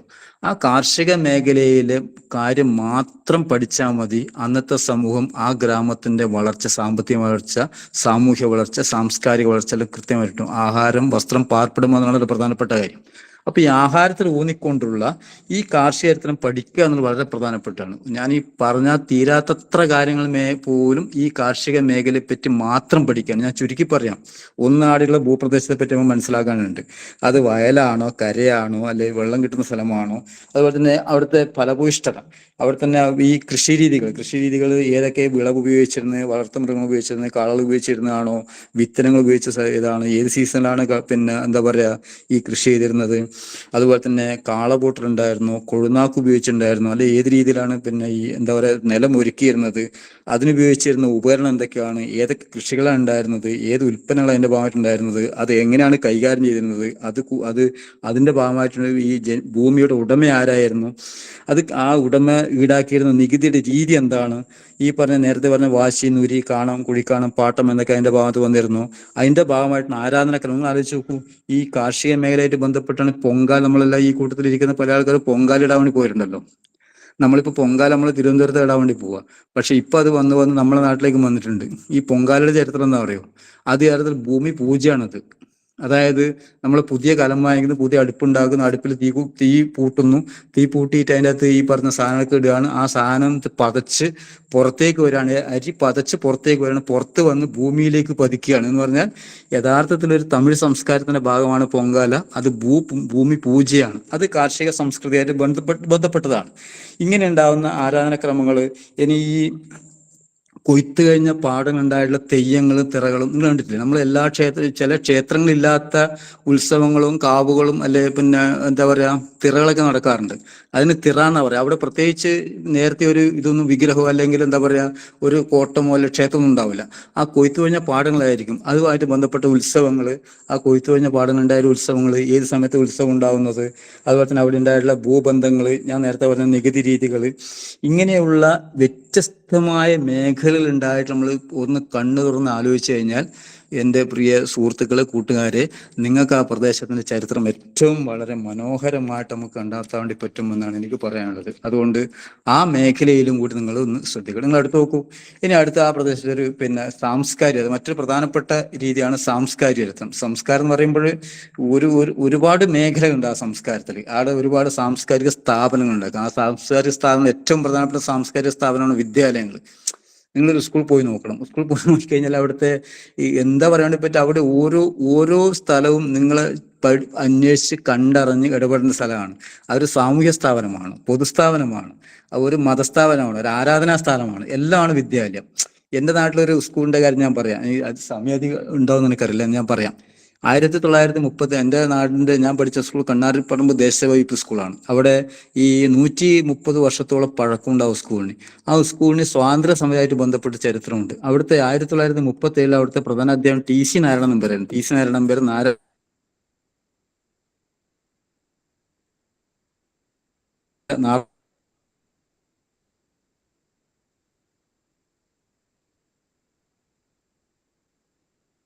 വാറന്റായിട്ട് അയച്ച 2 പോലീസുകാരാണ്. ഇങ്ങനെ വാറന്റായിട്ട് വരുന്ന കാര്യം TC നാരായണ നമ്പ്യാർ അറിഞ്ഞിട്ടുണ്ട്. ആ TC നാരായണ നമ്പർ എന്ന് വെച്ചാൽ പോലീസുകാർ വളവട്ടം പോലീസ് സ്റ്റേഷനിൽ പിന്നെ പോലീസുകാർ കണ്ണാടിപ്പുറം ദേശീയ സ്കൂൾ എത്തുന്ന സമയത്ത് തന്നെ ഇയാൾ ഉടനെ ലോങ് ബെല്ലടിച്ച് 10 മണിയായിട്ടൊന്നുമില്ല, സ്കൂളിലെ ക്ലോക്ക് തിരിച്ചു വെച്ച് 10 മണിയാക്കി വെച്ചുകൊണ്ട് ശരിക്കും 9:30 മാത്രമേ ആയിട്ടുള്ളൂ. ഇയാൾ ലോങ് ബെല്ലടിച്ചപ്പോൾ പിന്നെ എന്താ പറഞ്ഞത്, ക്ലാസ് എല്ലാം തുടങ്ങി. ഇയാളും ക്ലാസ്സിലേക്ക് പോയി. അപ്പോൾ വന്ന പോലീസുകാരൊന്നും എന്താ വന്നത്, ഞാൻ നിങ്ങളെ അറസ്റ്റ് ചെയ്യാൻ വേണ്ടി വന്നു. അത് കുഴപ്പമില്ല, പക്ഷെ ഇപ്പം 10 മണിയായി ക്ലാസ് തുടങ്ങി. അതുകൊണ്ട് ഈ ക്ലാസ്സിൽ എൻ്റെ അനുവാദമില്ലാതെ, ക്ലാസ് അധ്യാപന അനുവാദമില്ല, ഒരാൾക്ക് പോലും പ്രവേശിക്കാൻ ഇവിടുത്തെ ഈ സ്കൂളിലെ ഇതിൻ്റെ ഗ്രൂപ്പിലെ ടീച്ചർമാർ ശ്രദ്ധിക്കണേ. ടീച്ചർമാർക്കുള്ള സ്പെഷ്യൽ പ്രിവിലേജ് ആണ്. എന്താ അറിയോ, നിങ്ങളെ ക്ലാസ്സിൽ നിങ്ങളുടെ അനുവാദമില്ലാതെ ഇന്ത്യൻ പ്രസിഡന്റിന് പോലും കടക്കാനുള്ള അനുവാദമില്ല കേട്ടാ. അപ്പൊ അതുകൊണ്ട് അദ്ദേഹം പറയാണ്, ഈ ക്ലാസ് തുടങ്ങി ക്ലാസ് വേണമെങ്കിൽ എൻ്റെ അനുവാദം ഇല്ലാതെ നിങ്ങൾ ക്ലാസ് കിടക്കാൻ ഇപ്പോൾ എന്നെ അറസ്റ്റ് ചെയ്യാനും പറ്റില്ല. അപ്പോൾ എന്ത് ചെയ്യണം? ഓക്കെ, ഒരു കാര്യം ചെയ്യും, ബെല്ലടിക്കുന്നവരെ കാത്തു നിൽക്കുക. ഓക്കെ, നമ്മൾ പോലീസുകാർ കാത്തുനിന്ന് പോലീസുകാർ അടുത്തുള്ള നെല്ലിമര ചോട്ടിൽ നിൽക്കുകയാണ്. നെല്ലിമര ചോട്ടിൽ നിന്ന് സമയം കാണുക 10 മണി കഴിഞ്ഞ് 11 മണി കഴിഞ്ഞ് 12 മണി 4 മണിയായി. 4 മണിയാകുമ്പോൾ പോലീസുകാർ ഞെട്ടിപ്പോയി. എന്ന സംഗതി അറിയുമോ? നാനാഭാഗത്തും ചേലേരി, കൊളച്ചേരി, നാറാത്ത്, കമ്പിൽ ഭാഗത്തുനിന്നെല്ലാം ആയിരക്കണക്കിന് ആൾക്കാരാണ് ഈ സ്കൂൾ മുറ്റത്തേക്ക് തടിച്ചു കൂടിയത്. എന്താ ചെയ്ത അദ്ദേഹം? ഇയാൾ ചെയ്ത കാര്യം, TC നാരായണ നമ്പ്യാർ HMന്റെ റൂമിൽ ഇരുന്നുകൊണ്ട് നാനാഭാഗത്തേക്കും കത്തുകൾ അയച്ചു. എന്താ പറയാ, TC നാരായണ നമ്പ്യാർ അറസ്റ്റ് ചെയ്യാൻ വേണ്ടി വളവട്ടണം പോലീസുകാർ വന്നിട്ടുണ്ട്. അങ്ങനെ കത്തുകൾ ചെറിയ കത്തുകളായിട്ടും ചെറിയ കുറിപ്പുകളായിട്ടും ജനൽ വഴി പുറത്തേക്ക് പോയപ്പോൾ നാട്ടുകാർ മുഖേന കൈമാറിപ്പോയി.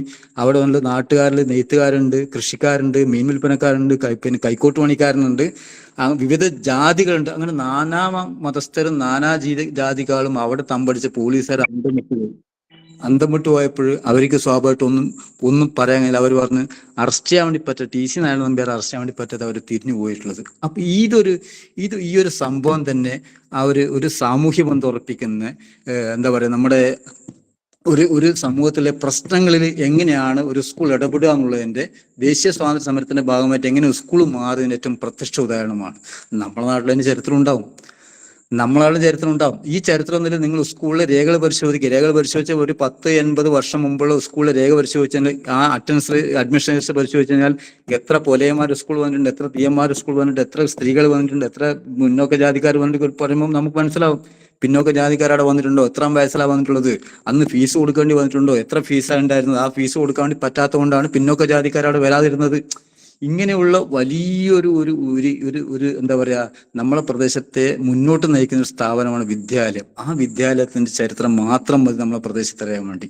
അപ്പോൾ സാംസ്കാരികത്തിലൊരു സ്ഥാപനം എന്നുള്ള രീതി വിദ്യാലയം ഇതിനകത്ത് വലിയൊരു നിർണായക പങ്കുവഹിക്കുന്നുണ്ട്. അതുപോലെ തന്നെ ക്ഷേത്രം, ഞാൻ നേരത്തെ പറഞ്ഞു, ക്ഷേത്രങ്ങൾ, പള്ളികളുണ്ട്, അതുപോലെ തന്നെ ചില ആടുകൾ സ്ഥാപനങ്ങളുണ്ട്, ഈ ക്ലബ്ബുകളുണ്ട്, വായനശാലകളുണ്ട്.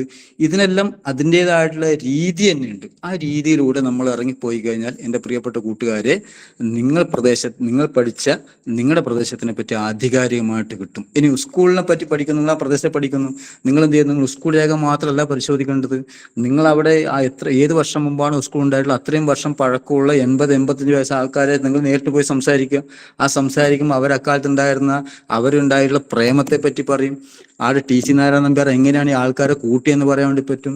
ഞാനിവിടെ കണ്ണാടിപ്പുറം ദേശീയ സ്കൂളിനെ പറ്റി പറയുകയാണെങ്കിൽ മനസ്സിലായില്ലേ, അന്ന് അവിടെ ഓടുകൊണ്ടാണോ അല്ലെങ്കിൽ ഓല മേഞ്ഞതാണോ പിന്നെ ബിൽഡിംഗ് ഉണ്ടായെന്ന് പറയാൻ വേണ്ടി പറ്റും. അന്നത്തെ കളിക്കാൻ വേണ്ടി സൗകര്യം ഉണ്ടായിരുന്നു, മൂത്രമൊഴിക്കാൻ സൗകര്യം ഉണ്ടായെന്ന് പറയാൻ വേണ്ടി പറ്റും.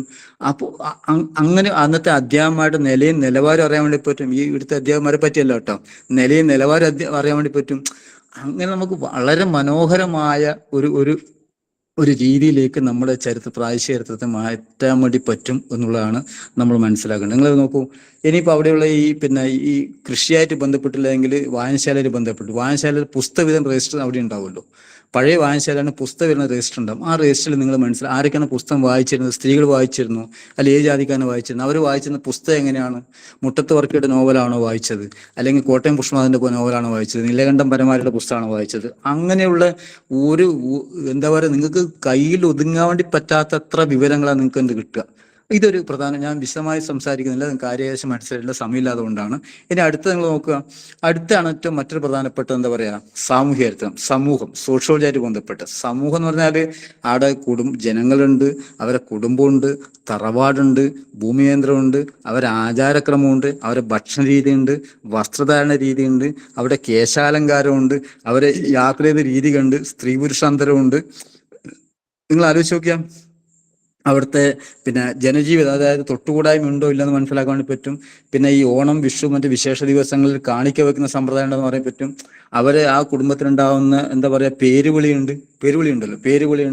അതുകൊണ്ടനുബന്ധിച്ചപ്പെട്ട് നടക്കുന്ന ചടങ്ങുകളുണ്ട്, മരണമുണ്ട്, ആ മരണത്തിൽ ഉണ്ടാകുന്ന ജീവിതമുണ്ട്, മരണത്തിനെ സംസ്കരിക്കുന്ന എങ്ങനെയാണ്, നമ്മൾ നേരത്തെ പറഞ്ഞ നന്നങ്ങാടിയിലൂടെയാണോ അല്ലെങ്കിൽ വെറുതെ കത്തിച്ചു കളയലാണോ, അങ്ങനെയുള്ള ഒരുപാട് ഇതുണ്ട്. അതുപോലെ തന്നെ കല്യാണമുണ്ട്, വിവാഹമുണ്ട്. അങ്ങനെ നമ്മൾ സങ്കല്പിക്കാതിനേക്കാൾ അപ്പുറത്തുള്ള വിവരങ്ങൾ നമുക്ക് ഇതുമായിട്ട് ബന്ധപ്പെട്ടുകൊണ്ട് സാമൂഹ്യ ചരിത്രം പരിശോധിച്ചാൽ നിങ്ങൾ ആലോചിച്ചപ്പോൾ ഒരു വഴി എന്നുള്ളത് ഒരു പേര്, നമുക്കിപ്പോൾ 2 അക്ഷരം മാത്രമേ വഴിക്കുള്ളൂ. പക്ഷെ വഴി എന്ന് പറഞ്ഞാൽ അതിനൊരു വലിയൊരു ചരിത്രമുണ്ട്. നിങ്ങൾ ആലോചിച്ച് നോക്കൂ, 1924 വഴി നടക്കാൻ വേണ്ടിയുള്ള വഴി നടക്കേണ്ട ഭാഗമായിട്ടാണ് വൈക്കം സത്യാഗ്രഹം ഉണ്ടായിട്ടുള്ളത്. അതിനുവേണ്ടി ആ വഴി നടക്കാനുള്ള സ്വാതന്ത്ര്യത്തിന് വേണ്ടി സമരം നയിച്ച ഇന്ത്യയിൽ ആകമാനമുള്ള മറ്റു സംസ്ഥാനങ്ങളിൽ പോലും ആളുകൾ ഇവിടത്തേക്ക് വന്നിട്ടുള്ള സമരത്തിന് വളരെ എന്താ പറയാ, വളരെ ജനകീയമായുള്ള സമരം നയിച്ച ചരിത്രമാണ് കേരളത്തിനുള്ളത്. അപ്പോൾ വഴി നടക്കാൻ വേണ്ടിയുള്ള സ്വാതന്ത്ര്യത്തിന് വേണ്ടി, വെള്ളമെടുക്കാനുള്ള സ്വാതന്ത്ര്യത്തിന് വേണ്ടി, സ്വാതന്ത്ര്യത്തിന് വേണ്ടി അങ്ങനെയുള്ള എല്ലാ മേഖലകളും നമുക്ക് കിട്ടാൻ വേണ്ടി പറ്റും. ഇപ്പൊ നിങ്ങൾ ആലോചിച്ച് നോക്കൂ, ഈ ക്ഷേത്രത്തിന്റെ മുന്നിലും പല ക്ഷേത്രങ്ങളുടെയും മുന്നിലും പിന്നും ഇത് ഈ കാവുകളല്ല കേട്ടാ, കാവുകളല്ല, തിറകളടക്കം കെട്ടിയാടുന്ന സ്ഥലങ്ങളല്ല, ഈ മറ്റുള്ള ഇതുണ്ട് അവിടെയെല്ലാം ഉണ്ടല്ലോ, ഈ മുന്നിലും പിന്നിലും വഴികളുണ്ടാവും. ചിലപ്പോൾ ഒരു വഴി മാത്രമല്ല, 2 വഴി ഉണ്ടാവും. ആ 2 വഴി ചരിത്രം അന്വേഷിച്ച് കഴിഞ്ഞാൽ ഒരു വഴി ഈ അവിടെയുള്ള മുന്നോക്കക്കാർക്ക് മാത്രം നടത്താനുള്ളതായിരിക്കും, രണ്ടാമത്തെ വഴി പിന്നോക്കക്കാർക്ക് മാത്രം നടക്കാനുള്ളതായിരിക്കും. ആ വഴി കുറച്ച് അകലെയായിരിക്കും. എന്നെ സംബന്ധിച്ചിടത്തോളം എന്നെ കണ്ണാടിപ്പറമ്പിൽ ഒരു അമ്പലമുണ്ട്. അമ്പലത്തിന്റെ പേര് ശ്രീ ധർമ്മശാസ്ത്ര ക്ഷേത്രമാണ്. ആ ക്ഷേത്രത്തിന്റെ മുമ്പിലൂടെ ഒരു വഴിയുണ്ട്, അതെല്ലാവരും കടക്കണം. അതിന് ഒരു 100 മീറ്ററിന് കിഴക്കോട്ട് മാറി 100 മീറ്റർ അപ്പുറത്തേക്ക് ഒരു വഴിയുണ്ട്. ആ വഴി അന്നത്തെ ഈ കീഴാളന്മാർക്ക് മാത്രം നടക്കാനുള്ളതാണ്. അവർക്ക് മാത്രമായിട്ട് ഉത്സവം നടത്തിയിരുന്നു. ഊട്ടുത്സവത്തിൽ 3 ദിവസം നടക്കുന്ന ഉത്സവത്തിൽ ഒരു ദിവസം ഈ പൊലയന്മാർക്ക് മാത്രമായിട്ട് നടത്തിയത്. എന്നെ വിളിക്കുന്ന പേര് പൊലയരുടെ ഊട്ട് എന്നുള്ളതാണ്. നിങ്ങളെ ഗ്രാമത്തിലും നിങ്ങളെ പ്രദേശത്തും നിങ്ങളെ അമ്പലത്തിലും ഇത്തരം ചടങ്ങുകൾ കാണുന്ന കാര്യത്തിൽ യാതൊരു തർക്കവുമില്ല. നിങ്ങൾ ആലോചിച്ച് ഒരു കുടുംബത്തിൽ ഒരാളെ നമ്മൾ പരിശോധിച്ചാൽ അവരെ വസ്ത്രധാരണ രീതി, അവരഴിക്കുന്ന ഭക്ഷണം, നമ്മൾ 5ാം ക്ലാസ്സിലെ സാമൂഹ്യ ചരിത്രത്തിൽ ഇപ്പോൾ സോഷ്യൽ സയൻസിലുണ്ട് ഒരു പാഠങ്ങൾ അതുമായിട്ട് ബന്ധപ്പെട്ട് പോകുന്നത്. അപ്പോൾ അവരുപയോഗിക്കുന്ന ആഭരണം, അവർ നടത്തുന്ന വിനോദങ്ങൾ, ഞാൻ നേരത്തെ പറഞ്ഞല്ലോ, മേലാളന്മാരുടെ നടക്കുന്ന വിനോദങ്ങൾ നമ്മൾ നേരത്തെ കൈകൊട്ടി കളിയൊന്നുമല്ല. പിന്നെ അവരെ നമ്മളെ ഈ അവരെ വിനോദം എന്നാൽ ഈ കഥകളി കാണലുള്ളതാണ്, അതാണല്ലോ. പക്ഷെ നമ്മളെ കീഴാളന്മാരുടെ വിനോദം അങ്ങനെയൊന്നും അല്ലല്ലോ. മൃഗങ്ങളെ അമ്പയലാണ്, മീൻ പിടിക്കാൻ പോകുന്ന മത്സ്യബന്ധനമാണ്, അങ്ങനെയുള്ളതാണ്. അപ്പൊ അതുകൊണ്ട് അത്തരത്തിലുള്ള വിനോദങ്ങൾ പോലും നമുക്കത് കൃത്യമായിട്ടത് മനസ്സിലാക്കാൻ വേണ്ടി പറ്റും. അത് നമ്മൾ സാമൂഹ്യ ചരിത്രമായിട്ട് കാണാൻ വേണ്ടി പറ്റും. ഇനി അടുത്ത് നമുക്ക് ഒരു ഹെഡും കൂടെ നമ്മൾ ഉൾപ്പെടുത്താൻ രാഷ്ട്രീയ ചരിത്രം. ആ രാഷ്ട്രീയ ചരിത്രം നമുക്ക് ഏറ്റവും പ്രധാനപ്പെട്ടതാണ്. നിങ്ങളെ പ്രദേശം അവിടെ ദേശീയ സ്വാതന്ത്ര്യ സമര ചരിത്രത്തിലോ അല്ലാതെയോ ജന്മിവിരുദ്ധ പോരാട്ടത്തിലോ വല്ലതും ഉൾച്ചേർന്നിട്ടുള്ള പരിശോധനയാണ്. നിങ്ങൾ ആലോചിച്ചു, കണ്ണൂർ ജില്ലയിലെ ഒരുപാട് ഗ്രാമങ്ങളിൽ സാമ്രാജ്യത്വത്തിനെതിരെ, ജന്മികൾക്കെതിരെ, ഇംഗ്ലീഷുകാർക്കെതിരെ നടത്തിയ ബ്രിട്ടീഷുകാർക്കെതിരെ നടത്തിയ ഒരുപാട് സമരങ്ങളുണ്ട്. കണ്ണൂർ ജില്ലയിൽ കാവുമ്പായി ഉണ്ട്. കാവുമ്പായി സമരം, കരിവള്ളൂർ സമരം, മുനയംകുന്ന് സമരമൊക്കെ ഉണ്ട്. ഇതെന്തിനാ അറിയും? 2ാം ലോക യുദ്ധത്തിന് ശേഷം ഇവിടെ പട്ടിണിയും പരിവട്ടായപ്പോൾ ജന്മിമാരുടെ അറകളിൽ കടന്നിരുന്ന നെല്ല് എടുക്കാൻ വേണ്ടിയിട്ടാണ് ഇവർ സമരം നടത്തിയിരുന്നത്. ആ മേലാളന്മാരെല്ലാം മേധാവികളെല്ലാം തന്നെ സുഭിക്ഷമായി ജീവിച്ചിരിക്കുമ്പോൾ സാധാരണക്കാരായ കൈക്കോട്ട് പണിക്കാർ, കൈത്തൊഴിലുകാർ, കൃഷിക്കാർ, കൈത്തറി തൊഴിലാളികൾ ഇവരെല്ലാം തന്നെ പട്ടിണി കിടന്ന് അവരുടെ കുട്ടികളൊക്കെ കോളറ വന്ന് മരിക്കുന്ന അവസ്ഥയിലെത്തിയപ്പോഴാണ് ജീവൻ വെടിഞ്ഞുകൊണ്ട് ജന്മിയുടെ വീട്ടിൽ നിന്ന് നെല്ലെടുക്കാനും അവർ കൊയ്തെടുക്കാൻ വേണ്ടി കൊയ്ത സ്ഥലത്ത് നെല്ല് വാങ്ങിക്കാനുള്ള സമരത്തിന്റെ ഭാഗമായിട്ടാണ് ഈ സമരങ്ങളൊക്കെ ഉണ്ടായിട്ടുള്ളത്. കർഷക സമരങ്ങൾ ഉണ്ടായിട്ടുള്ളത്. കരിവള്ളൂരായി കഴിഞ്ഞാലും, കാവുമ്പായി ആയിക്കഴിഞ്ഞാലും, മുനയംകുന്നായി കഴിഞ്ഞാലും, പാടിക്കുന്നായി കഴിഞ്ഞാലും, മയിലായി കഴിഞ്ഞാലും, ഇതൊക്കെ നമ്മളെ പ്രദേശത്തിന്റെ സമരങ്ങളാണ്. അറിഞ്ഞോ അറിയാതെയോ നിങ്ങൾ അന്വേഷിച്ചാൽ നിങ്ങളെ പ്രദേശത്തെ ഉണ്ടാവും ഇത്തരത്തിലുള്ള സ്വാതന്ത്ര്യ സമര പോരാട്ടങ്ങൾ ഉണ്ടാവും. ഇതും നമ്മളെ ഈ ചരിത്രത്തിന്റെ ഒരു ഭാഗമായിട്ട് നിങ്ങൾ കാണേണ്ടതുണ്ട്. അപ്പൊ ഞാൻ സമയം കുറെ എടുത്തുപോയി. ഇനിയും അപ്പോൾ ഇത്തരത്തിലുള്ള ഈ ചാപ്റ്ററുകൾ വെച്ച് നമ്മൾ സബ് ടൈറ്റിൽ വെച്ച് നമ്മൾ തയ്യാറായി കഴിഞ്ഞാൽ നമ്മളെ പ്രദേശത്തിന്റെ ഒരു കൃത്യമായിട്ടുള്ള വിവരം നമുക്ക് കിട്ടും. ആ വഴി നമുക്ക് എന്ത് ചെയ്യാൻ പറ്റും? നമ്മളെ പ്രദേശത്തിന്റെ ഒരു ആധികാരികമായിട്ടുള്ള ഒരു ചരിത്രമല്ല, നമ്മുടെ സ്വന്തമായുള്ള സൃഷ്ടി നമുക്ക് ഉണ്ടാക്കിയെടുക്കാൻ വേണ്ടി പറ്റും. ഞാൻ നേരത്തെ പറഞ്ഞ പോലെ ഒരു ക്ലാസ് മുറിയുടെ, ദാറ്റ് മീൻസ് നമ്മൾ മത്സരത്തിനുള്ള ഒരു പ്രോജക്റ്റിന്റെ രീതിയിൽ അവതരിപ്പിച്ചാണ്. അതല്ലാത്തത് ഈ പ്രാദേശിക ചരിത്രം എന്ന വലിയൊരു ഹെഡിങ്ങിൽ ഈ രീതിയിലല്ല അവതരിപ്പിക്കുക. അതുകൊണ്ടാണ് ഞാൻ ഇങ്ങനെ പറഞ്ഞത്. അപ്പോൾ ഇത്രയാണ് എനിക്ക് പറയാനുള്ളത്. ഇനി ഇതുമായിട്ട് ബന്ധപ്പെട്ട് നിങ്ങൾക്ക് വല്ല സംശയങ്ങൾ വല്ലതുണ്ടെങ്കിൽ ഞാൻ ചോദിച്ചാൽ മതി. ചോദിച്ചാൽ നമുക്കത് പറയാം. Okay madam? ഓക്കെ മാഷെ, ക്ലാസ് വളരെ നല്ലതായിരുന്നു. എല്ലാവരും വളരെ എൻഗേജ്ഡ് ആയിട്ട് 45 പേരോളം ഉണ്ടായിരുന്നു. 40 പേര് സ്റ്റേബിൾ ആയിട്ടിരുന്നിട്ടുണ്ട്. അപ്പോൾ ഇനിയിപ്പോ സംശയങ്ങള് 1-2 പേര് എഴുതി ചോദിച്ചിട്ടുണ്ട്. എനിക്ക് തോന്നുന്നു എല്ലാവരുടെയും മൈക്ക് ഓൺ ആക്കി കൊടുക്കാൻ തോന്നുന്നു അല്ലേ?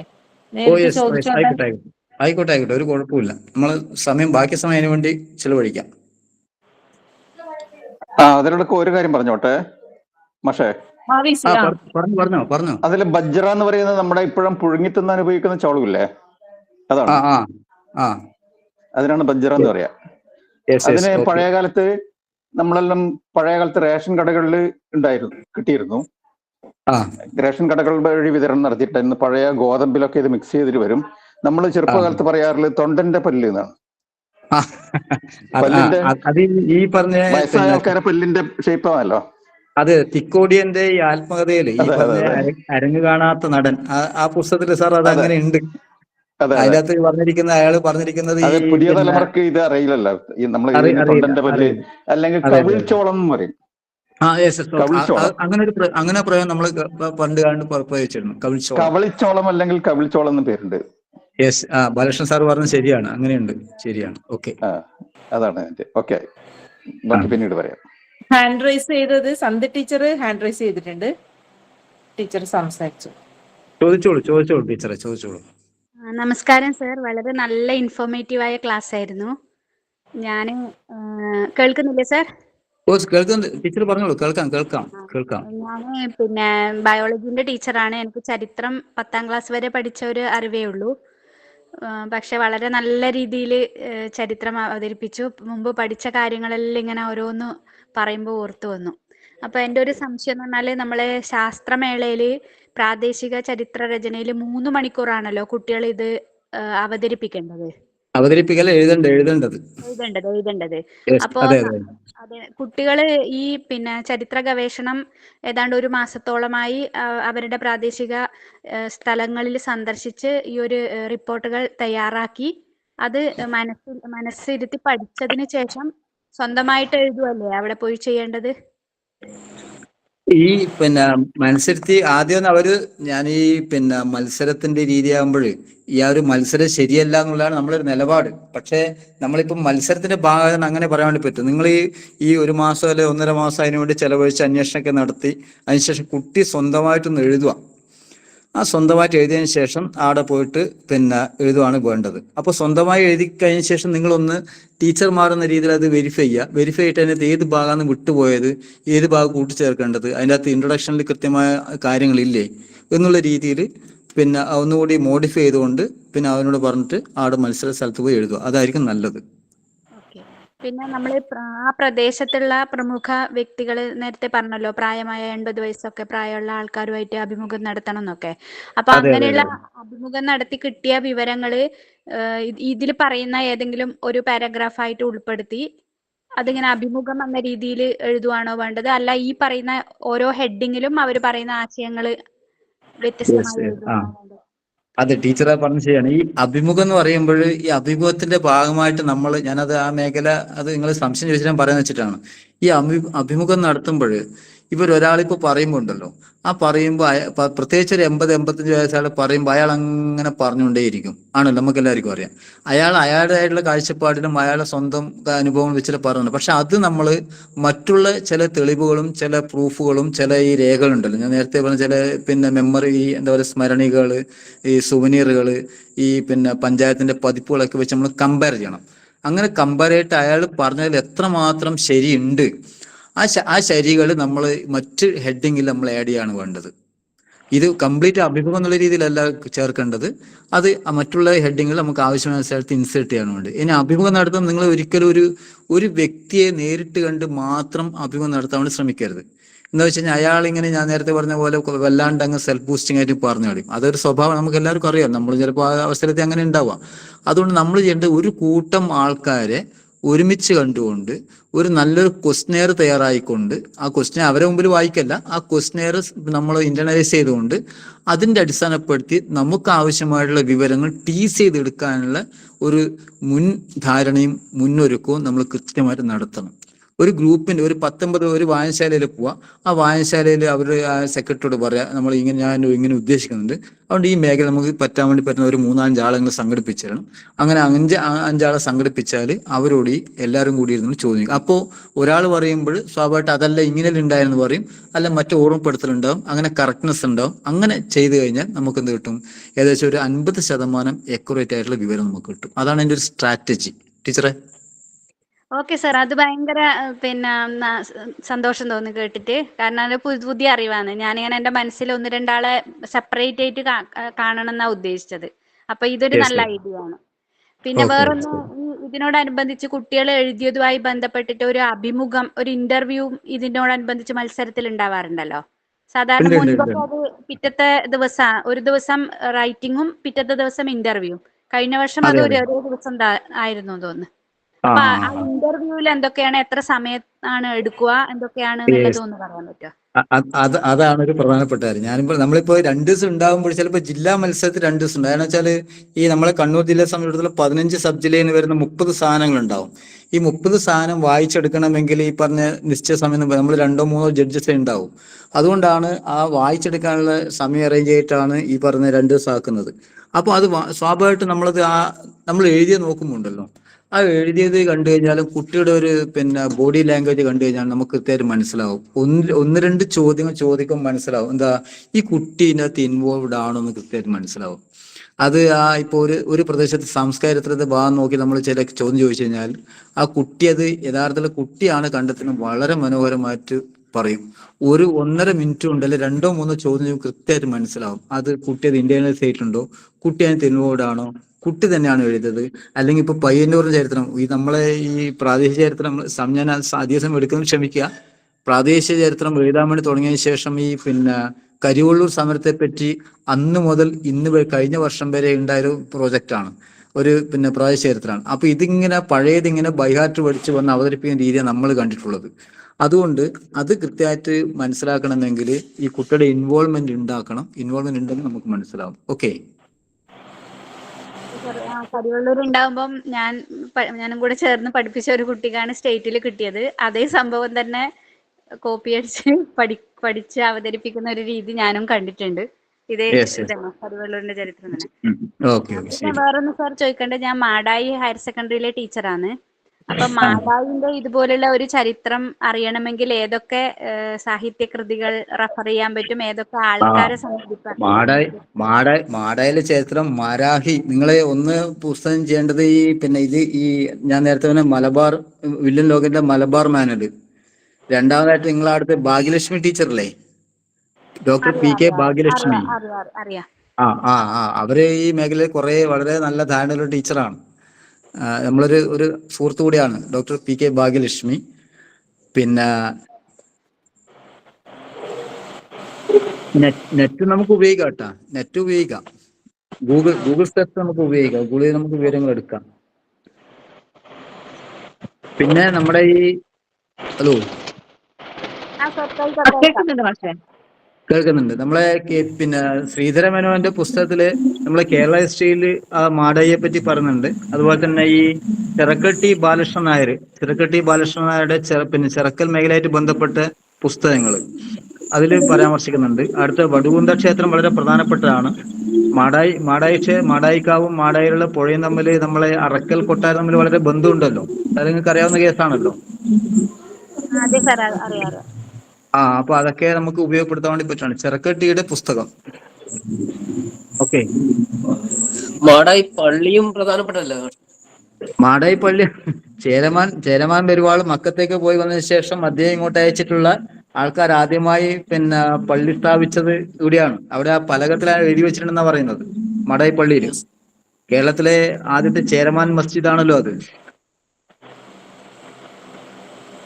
യെസ്. ഓക്കെ, അടുത്ത ചോദ്യം.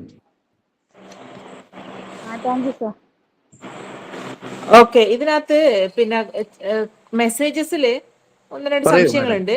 2 ആഴ്ച മുമ്പ് ശ്രീകണ്ഠാപുരത്ത് നിന്ന് തൊഴിലുറപ്പ് തൊഴിലാളികൾക്ക് ലഭിച്ച സ്വർണ്ണ നാണയങ്ങളും ആഭരണങ്ങളും ഇതിനു മുമ്പ് ഇതുപോലെ കിട്ടിയവ എവിടത്തേക്കാണ് അയക്കുന്നത്? ഇവ സന്ദർശിച്ചു വിവരങ്ങൾ മനസ്സിലാക്കാൻ പറ്റുമോ? ആടിപ്പോ സന്ദർശിച്ചാൽ നമുക്കൊന്ന് കാണാൻ വേണ്ടി ആ സാധനം ആർക്കിയോളജിക്കൽ സർവേ ഓഫ് ഇന്ത്യയിലേക്കാണ് പോവുക. അവരാണ് അത് കൃത്യമായിട്ട് മനസ്സിലാക്കുന്നത്. അത് നമ്മൾ ഇവിടുത്തെ പ്രാദേശിക ഓഫീസ് കോഴിക്കോടുണ്ട്. കോഴിക്കോടുള്ള ഈ ഹിസ്റ്റോറിയൻസ് ആണ് അവിടെ വന്ന് പരിശോധിച്ചത്. അങ്ങനെയാണ് 3 നൂറ്റാണ്ട് കാലം മുമ്പുണ്ടായിട്ടുള്ളത് ഇറ്റലിയിലെ റോമിന്റെ ഡുക്കറ്റ്സ് ഉണ്ടായിരുന്നത് മനസ്സിലായത്. അങ്ങനെയാണ്. നമ്മളിപ്പോ കേരളത്തിൽ നിന്ന് ഇപ്പൊ ഇരിട്ടിയിൽ നമ്മൾ ഈ അടുത്തിടെ ഗവേഷണം നടത്തിയപ്പോൾ അവിടെ ഈ പിന്നെ റോമ സാമ്രാജ്യമായിട്ട് കച്ചവട ബന്ധത്തിലുണ്ടായപ്പോൾ അവിടെയുള്ള നാണയങ്ങൾ, റോമ സാമ്രാജ്യത്തിലെ ആളുകൾ ഉപയോഗിച്ചിരുന്ന നാണയങ്ങൾ അവിടെ ഇരിട്ടി ഭാഗത്ത് നിന്ന് കിട്ടിയുള്ള റിപ്പോർട്ട് നേരത്തെ ഉണ്ടായിരുന്നു. ഓക്കെ.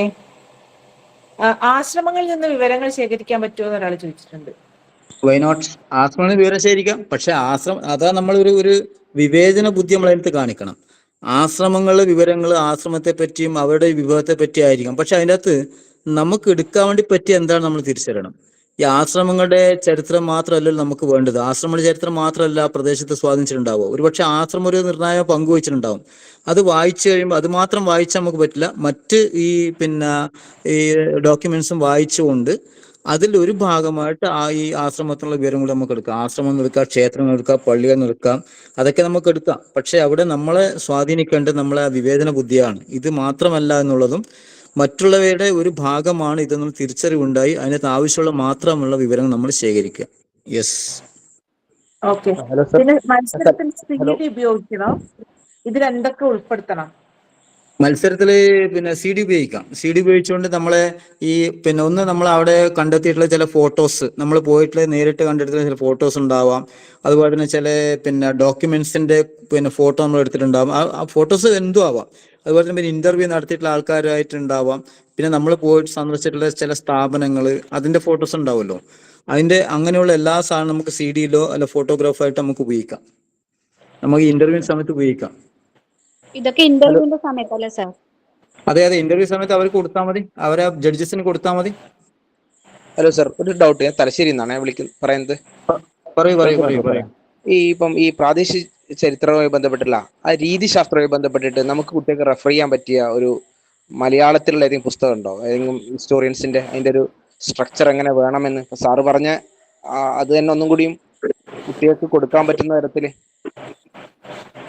നിലവില് ഈ ഔദ്യോഗിക ഹിസ്റ്റോറിയൻസ് ഒന്നും നമ്മൾ അങ്ങനെ ഇതിനെ പറ്റി ഇതാണ് ടൈറ്റിൽ വേണ്ടതെന്ന് എഴുതിയിട്ടൊന്നുമില്ല. അങ്ങനെ എഴുതി പബ്ലിഷ് ചെയ്ത പുസ്തകങ്ങളില്ല. പക്ഷേ മലയാളത്തില് നമ്മുടെ അതായത് ഭാഷാ ഇൻസ്റ്റിറ്റ്യൂട്ട് ആദ്യം 2010-ലാണ് 10-11-ലാണ് ഇതിന്റെ ഔപചാരികമായിട്ട് തുടങ്ങുന്നത്. അങ്ങനെ അന്നുണ്ടായിട്ടുള്ള ചില മികച്ച സംസ്ഥാനത്തിൽ മത്സരിക്കപ്പെട്ട ചില പ്രാദേശിക ചരിത്ര രചനകൾ കമ്പയർ ചെയ്തുകൊണ്ട് ഒരു പുസ്തകമുണ്ട്. കുട്ടികൾ എഴുതി തയ്യാറാക്കിയ പ്രാദേശിക ചരിത്രയുടെ കമ്പയർ ചെയ്തതിന്റെ ഒരു പുസ്തകം ഭാഷാ ഇൻസ്റ്റിറ്റ്യൂട്ട് പബ്ലിഷ് ചെയ്തിട്ടുണ്ട്. അത് അങ്ങനെയുള്ള ഒരുപാട് കുട്ടികൾ, അതായത് ഔദ്യോഗിക ചരിത്രകാരന്മാർ ഇപ്പോൾ നമ്മളെ കേരളത്തിലുള്ള ശ്രീധര മേനോൻ അല്ലെങ്കിൽ ഇപ്പോഴുള്ള KNG പോലുള്ള ഗണേശ മാഷ് പോലുള്ള അങ്ങനെയുള്ള ആൾക്കാർ നേടിയിട്ടൊന്നുമില്ല. പകരം ഇങ്ങനെയുള്ള ചില കമ്പയർ ചെയ്തുകൊണ്ടുള്ള ചില സൃഷ്ടികൾ അത് പല പബ്ലിക്കേഷൻസ് നടത്തിയിട്ടുണ്ട്. അത് അങ്ങനെ പറഞ്ഞാൽ നമുക്ക് കിട്ടും. അതിലൊന്നാമത് ഭാഷാ ഇൻസ്റ്റിറ്റ്യൂട്ടിന്റെ അങ്ങനെ 1-2 പുസ്തകം എന്റെ കയ്യിലുണ്ട്. സാർ, അതിന്റെ ഒരു മെത്തഡോളജി അതുമായി ബന്ധപ്പെട്ടിട്ട് ഔദ്യോഗികമായിട്ട് പറയാനില്ല അല്ലേ? അതിന്റെ റൈറ്റിംഗ് മെത്തഡോളജിയെ കുറിച്ചൊന്നും റൈറ്റിംഗ് മെത്തഡോളജി ഞാൻ പറഞ്ഞു. അതാണ് വളരെ ആധികാരികമായിട്ട് പറഞ്ഞത്. ഈ രീതി തന്നെ നമ്മൾ സ്വീകരിക്കണം. ഈ രീതിയാണ് അഡോപ്റ്റ് ചെയ്തിട്ടുള്ളത്. ഈ രീതിയാണ് നമ്മൾ പറഞ്ഞിട്ടുള്ളത്. അപ്പൊ ഇപ്പോഴത്തെ രീതി നമ്മൾ നേരത്തെ ഒരു ടീച്ചറിന്റെ അടുത്ത് പറഞ്ഞല്ലോ, ഈ പഴയത് കാണാതെ പഠിച്ചെഴുതുന്ന രീതി. അപ്പൊ ഇപ്പൊ നമ്മളെന്ത് ചെയ്യുന്ന പറഞ്ഞു കഴിഞ്ഞാല്, നമ്മൾ മുൻകൂട്ടി മത്സരത്തിന് നോട്ടിഫിക്കേഷൻ കൊടുക്കുമ്പോൾ, അതിന്റെ സർക്കുലർ കൊടുക്കുമ്പോൾ വിവിധ വിഷയങ്ങൾ കൊടുക്കും. ആ വിഷയം ഇപ്പോൾ ഒരു പ്രദേശത്തെ കാർഷിക ചരിത്രം, അല്ലെ അവിടുത്തെ സാംസ്കാരിക ചരിത്രം, അല്ലെ രാഷ്ട്രീയ ചരിത്രം നമ്മൾ കൊടുക്കും. അങ്ങനെ എഴുതുമ്പോൾ സ്വാഭാവികമായിട്ടും ആ മേഖലയെ ഫോക്കസ് ചെയ്തുകൊണ്ടാണ് നമ്മൾ കുട്ടികൾ ഇത് എഴുതേണ്ടത്. ഈ 2-3 വർഷമായി അത്തരത്തിലുള്ള രീതിശാസ്ത്രം നമ്മൾ സ്വീകരിച്ചിട്ട് കൃത്യമായിട്ട് പറയും. അതിലൊരു സംശയം. അപ്പം അങ്ങനെ സാംസ്കാരിക ചരിത്രം ചോദിക്കുമ്പോൾ സാർ നേരത്തെ പറഞ്ഞ മറ്റ് സബ് ടൈറ്റിലുകളൊക്കെ അതിന്റെ ആവശ്യം അതിന്റെ കൂടെ വരുമോ? ഇതെല്ലാം പരസ്പര ബന്ധമല്ലേ സാറേ? ഇതെല്ലാം പരസ്പരം എഴുതും. അപ്പോൾ അങ്ങനെ വരുമ്പോൾ നമ്മൾ എന്ത് ചെയ്യണം? അതിനാണ് ഫോക്കസ്. ഇപ്പൊ സാംസ്കാരികത്തെ പറ്റി ഫോക്കസ് കൊടുക്കുമ്പോൾ നമ്മൾ സ്കൂളുകള്, ആരാധനാലയങ്ങള്, പള്ളികള്, ക്ഷേത്രങ്ങളൊക്കെ ഉണ്ടല്ലോ, മതരാഷ്ട്രീയ സ്ഥാപനങ്ങൾ, ആടെ ഉണ്ടാകുന്ന പ്രശ്നം, മറ്റു സ്ഥാപനങ്ങളൊക്കെ വരും. അതിനെ ഫോക്കസ് ചെയ്തുകൊണ്ട് അതിനോടനുബന്ധിച്ച് മറ്റു കാര്യങ്ങളോട് നമ്മൾ പരാമർശിക്കും. പക്ഷെ ഫോക്കസ് മേഖല ഈ പറഞ്ഞ സാംസ്കാരിക ചരിത്രമായിരിക്കും.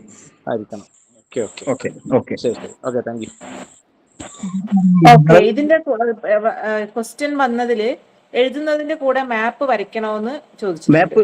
ആ മാപ്പ് നിർബന്ധമല്ല. പക്ഷേ മാപ്പ് വരച്ചപ്പോൾ നമ്മളിപ്പോ ഞാൻ നേരത്തെ പറഞ്ഞു, ഒരു ആദ്യത്തെ നമ്മള് സ്ഥലത്തെ പറ്റി ഭൂമിശാസ്ത്രമായ സവിശേഷതകളെ പറ്റി പറയുമ്പോൾ നമ്മളൊരു പ്രദേശത്തിന്റെ മാപ്പ് നമുക്ക് വരക്കുന്നത് തെറ്റില്ല. അങ്ങനെ വരുമ്പോൾ ഇവിടുന്ന് മാപ്പ് കിട്ടും ചോദിച്ചാൽ നമ്മളെ പഞ്ചായത്തിൽ നമ്മളെ മാപ്പ് ഉണ്ടാവും, പഞ്ചായത്തിലെ വികസന രേഖയിൽ നമ്മളെ മാപ്പ് ഉണ്ടാവും. ആ മാപ്പ് കുട്ടി അതൊന്ന് ഇന്റർനലൈസ് ചെയ്ത് കഴിഞ്ഞാൽ കൃത്യമായിട്ട് മനസ്സിലാവും. നമ്മൾ മറ്റു വേറെ പബ്ലിഷ് ചെയ്ത മാപ്പൊന്നും എവിടെ ഉണ്ടാവില്ല. പഞ്ചായത്തിന്റെ വികസന രേഖയിൽ നമ്മൾ ആ പ്രദേശത്തിന്റെ മാപ്പ് ഉണ്ടാവും. Okay. Radhakrishnan Nedumba hand raise ചെയ്തിട്ടുണ്ട്. പറയൂ. അതുകൊണ്ട് ഞാൻ നേരത്തെ പറഞ്ഞ കാര്യമായിട്ട് ബന്ധപ്പെട്ട ഒരു കാര്യമാണ് ഈ പ്രാദേശിക ചരിത്രരചനയായിട്ട് ബന്ധപ്പെട്ടുള്ള ഒരു നമ്മുടെ ഈ ജനകീയാസൂത്രണത്തിന്റെ കാലത്ത് പ്രാദേശിക ചരിത്ര രചന ഒരു പ്രധാനപ്പെട്ട ഒരു വിഷയമാണ്. അപ്പൊ അതുമായി ബന്ധപ്പെട്ടിട്ട് ഇറക്കിയ ധാരാളം കൈപ്പുസ്തകങ്ങൾ ഇറക്കിയിട്ടുണ്ട്. അതിൽ ഒരു പ്രധാനപ്പെട്ട കൈപ്പുസ്തകം ഈ പ്രാദേശിക ചരിത്ര രചനയുമായി ബന്ധപ്പെട്ടിട്ടുണ്ട്. അങ്ങനെ ഒരു സാധനം. അതെ, സാറ് പറഞ്ഞ ചോദ്യം എന്താണെന്ന് വ്യക്തമല്ല. സാറ് പറഞ്ഞത് ശരിയാണ്. നമ്മളെ ജനകീയാസൂത്രണത്തോട് അനുബന്ധിച്ചാണ് പ്രാദേശിക ചരിത്രം തുടങ്ങിയിട്ടുള്ളത് തന്നെ കുറെ. ഇപ്പൊ നമ്മളെ കേരളത്തിലെ ഏറ്റവും വിഖ്യാതമായ ഒരു പ്രാദേശിക ചരിത്രം ഉള്ളത് വാണിയംകുളത്തെ ഒരു ചരിത്രമാണ്. അതിനുവേണ്ടി ബന്ധപ്പെട്ടിട്ട് നമ്മളെ കേരളത്തിൽ അറിയപ്പെടുന്ന എല്ലാ ഹിസ്റ്റോറിയൻസും പങ്കെടുത്തുകൊണ്ടുള്ള ഒരു രാഘവാര്യ സാറും കെ എൻ ഗണേഷ് സാറൊക്കെ പങ്കെടുത്തുള്ള ഒരു ശിവദാസ് സാറൊക്കെ പങ്കെടുത്തുള്ള ഒരു ശ്രമം നടത്തിയിരുന്നു. അതിപ്പോഴും വളരെ വിഖ്യാതമാണ് വാണിയംകുളം ചരിത്രം.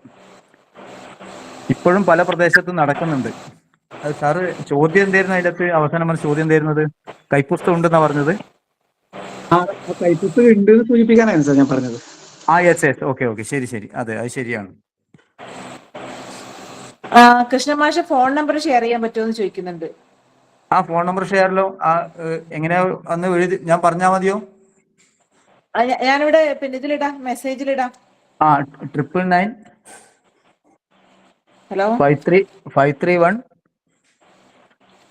2970.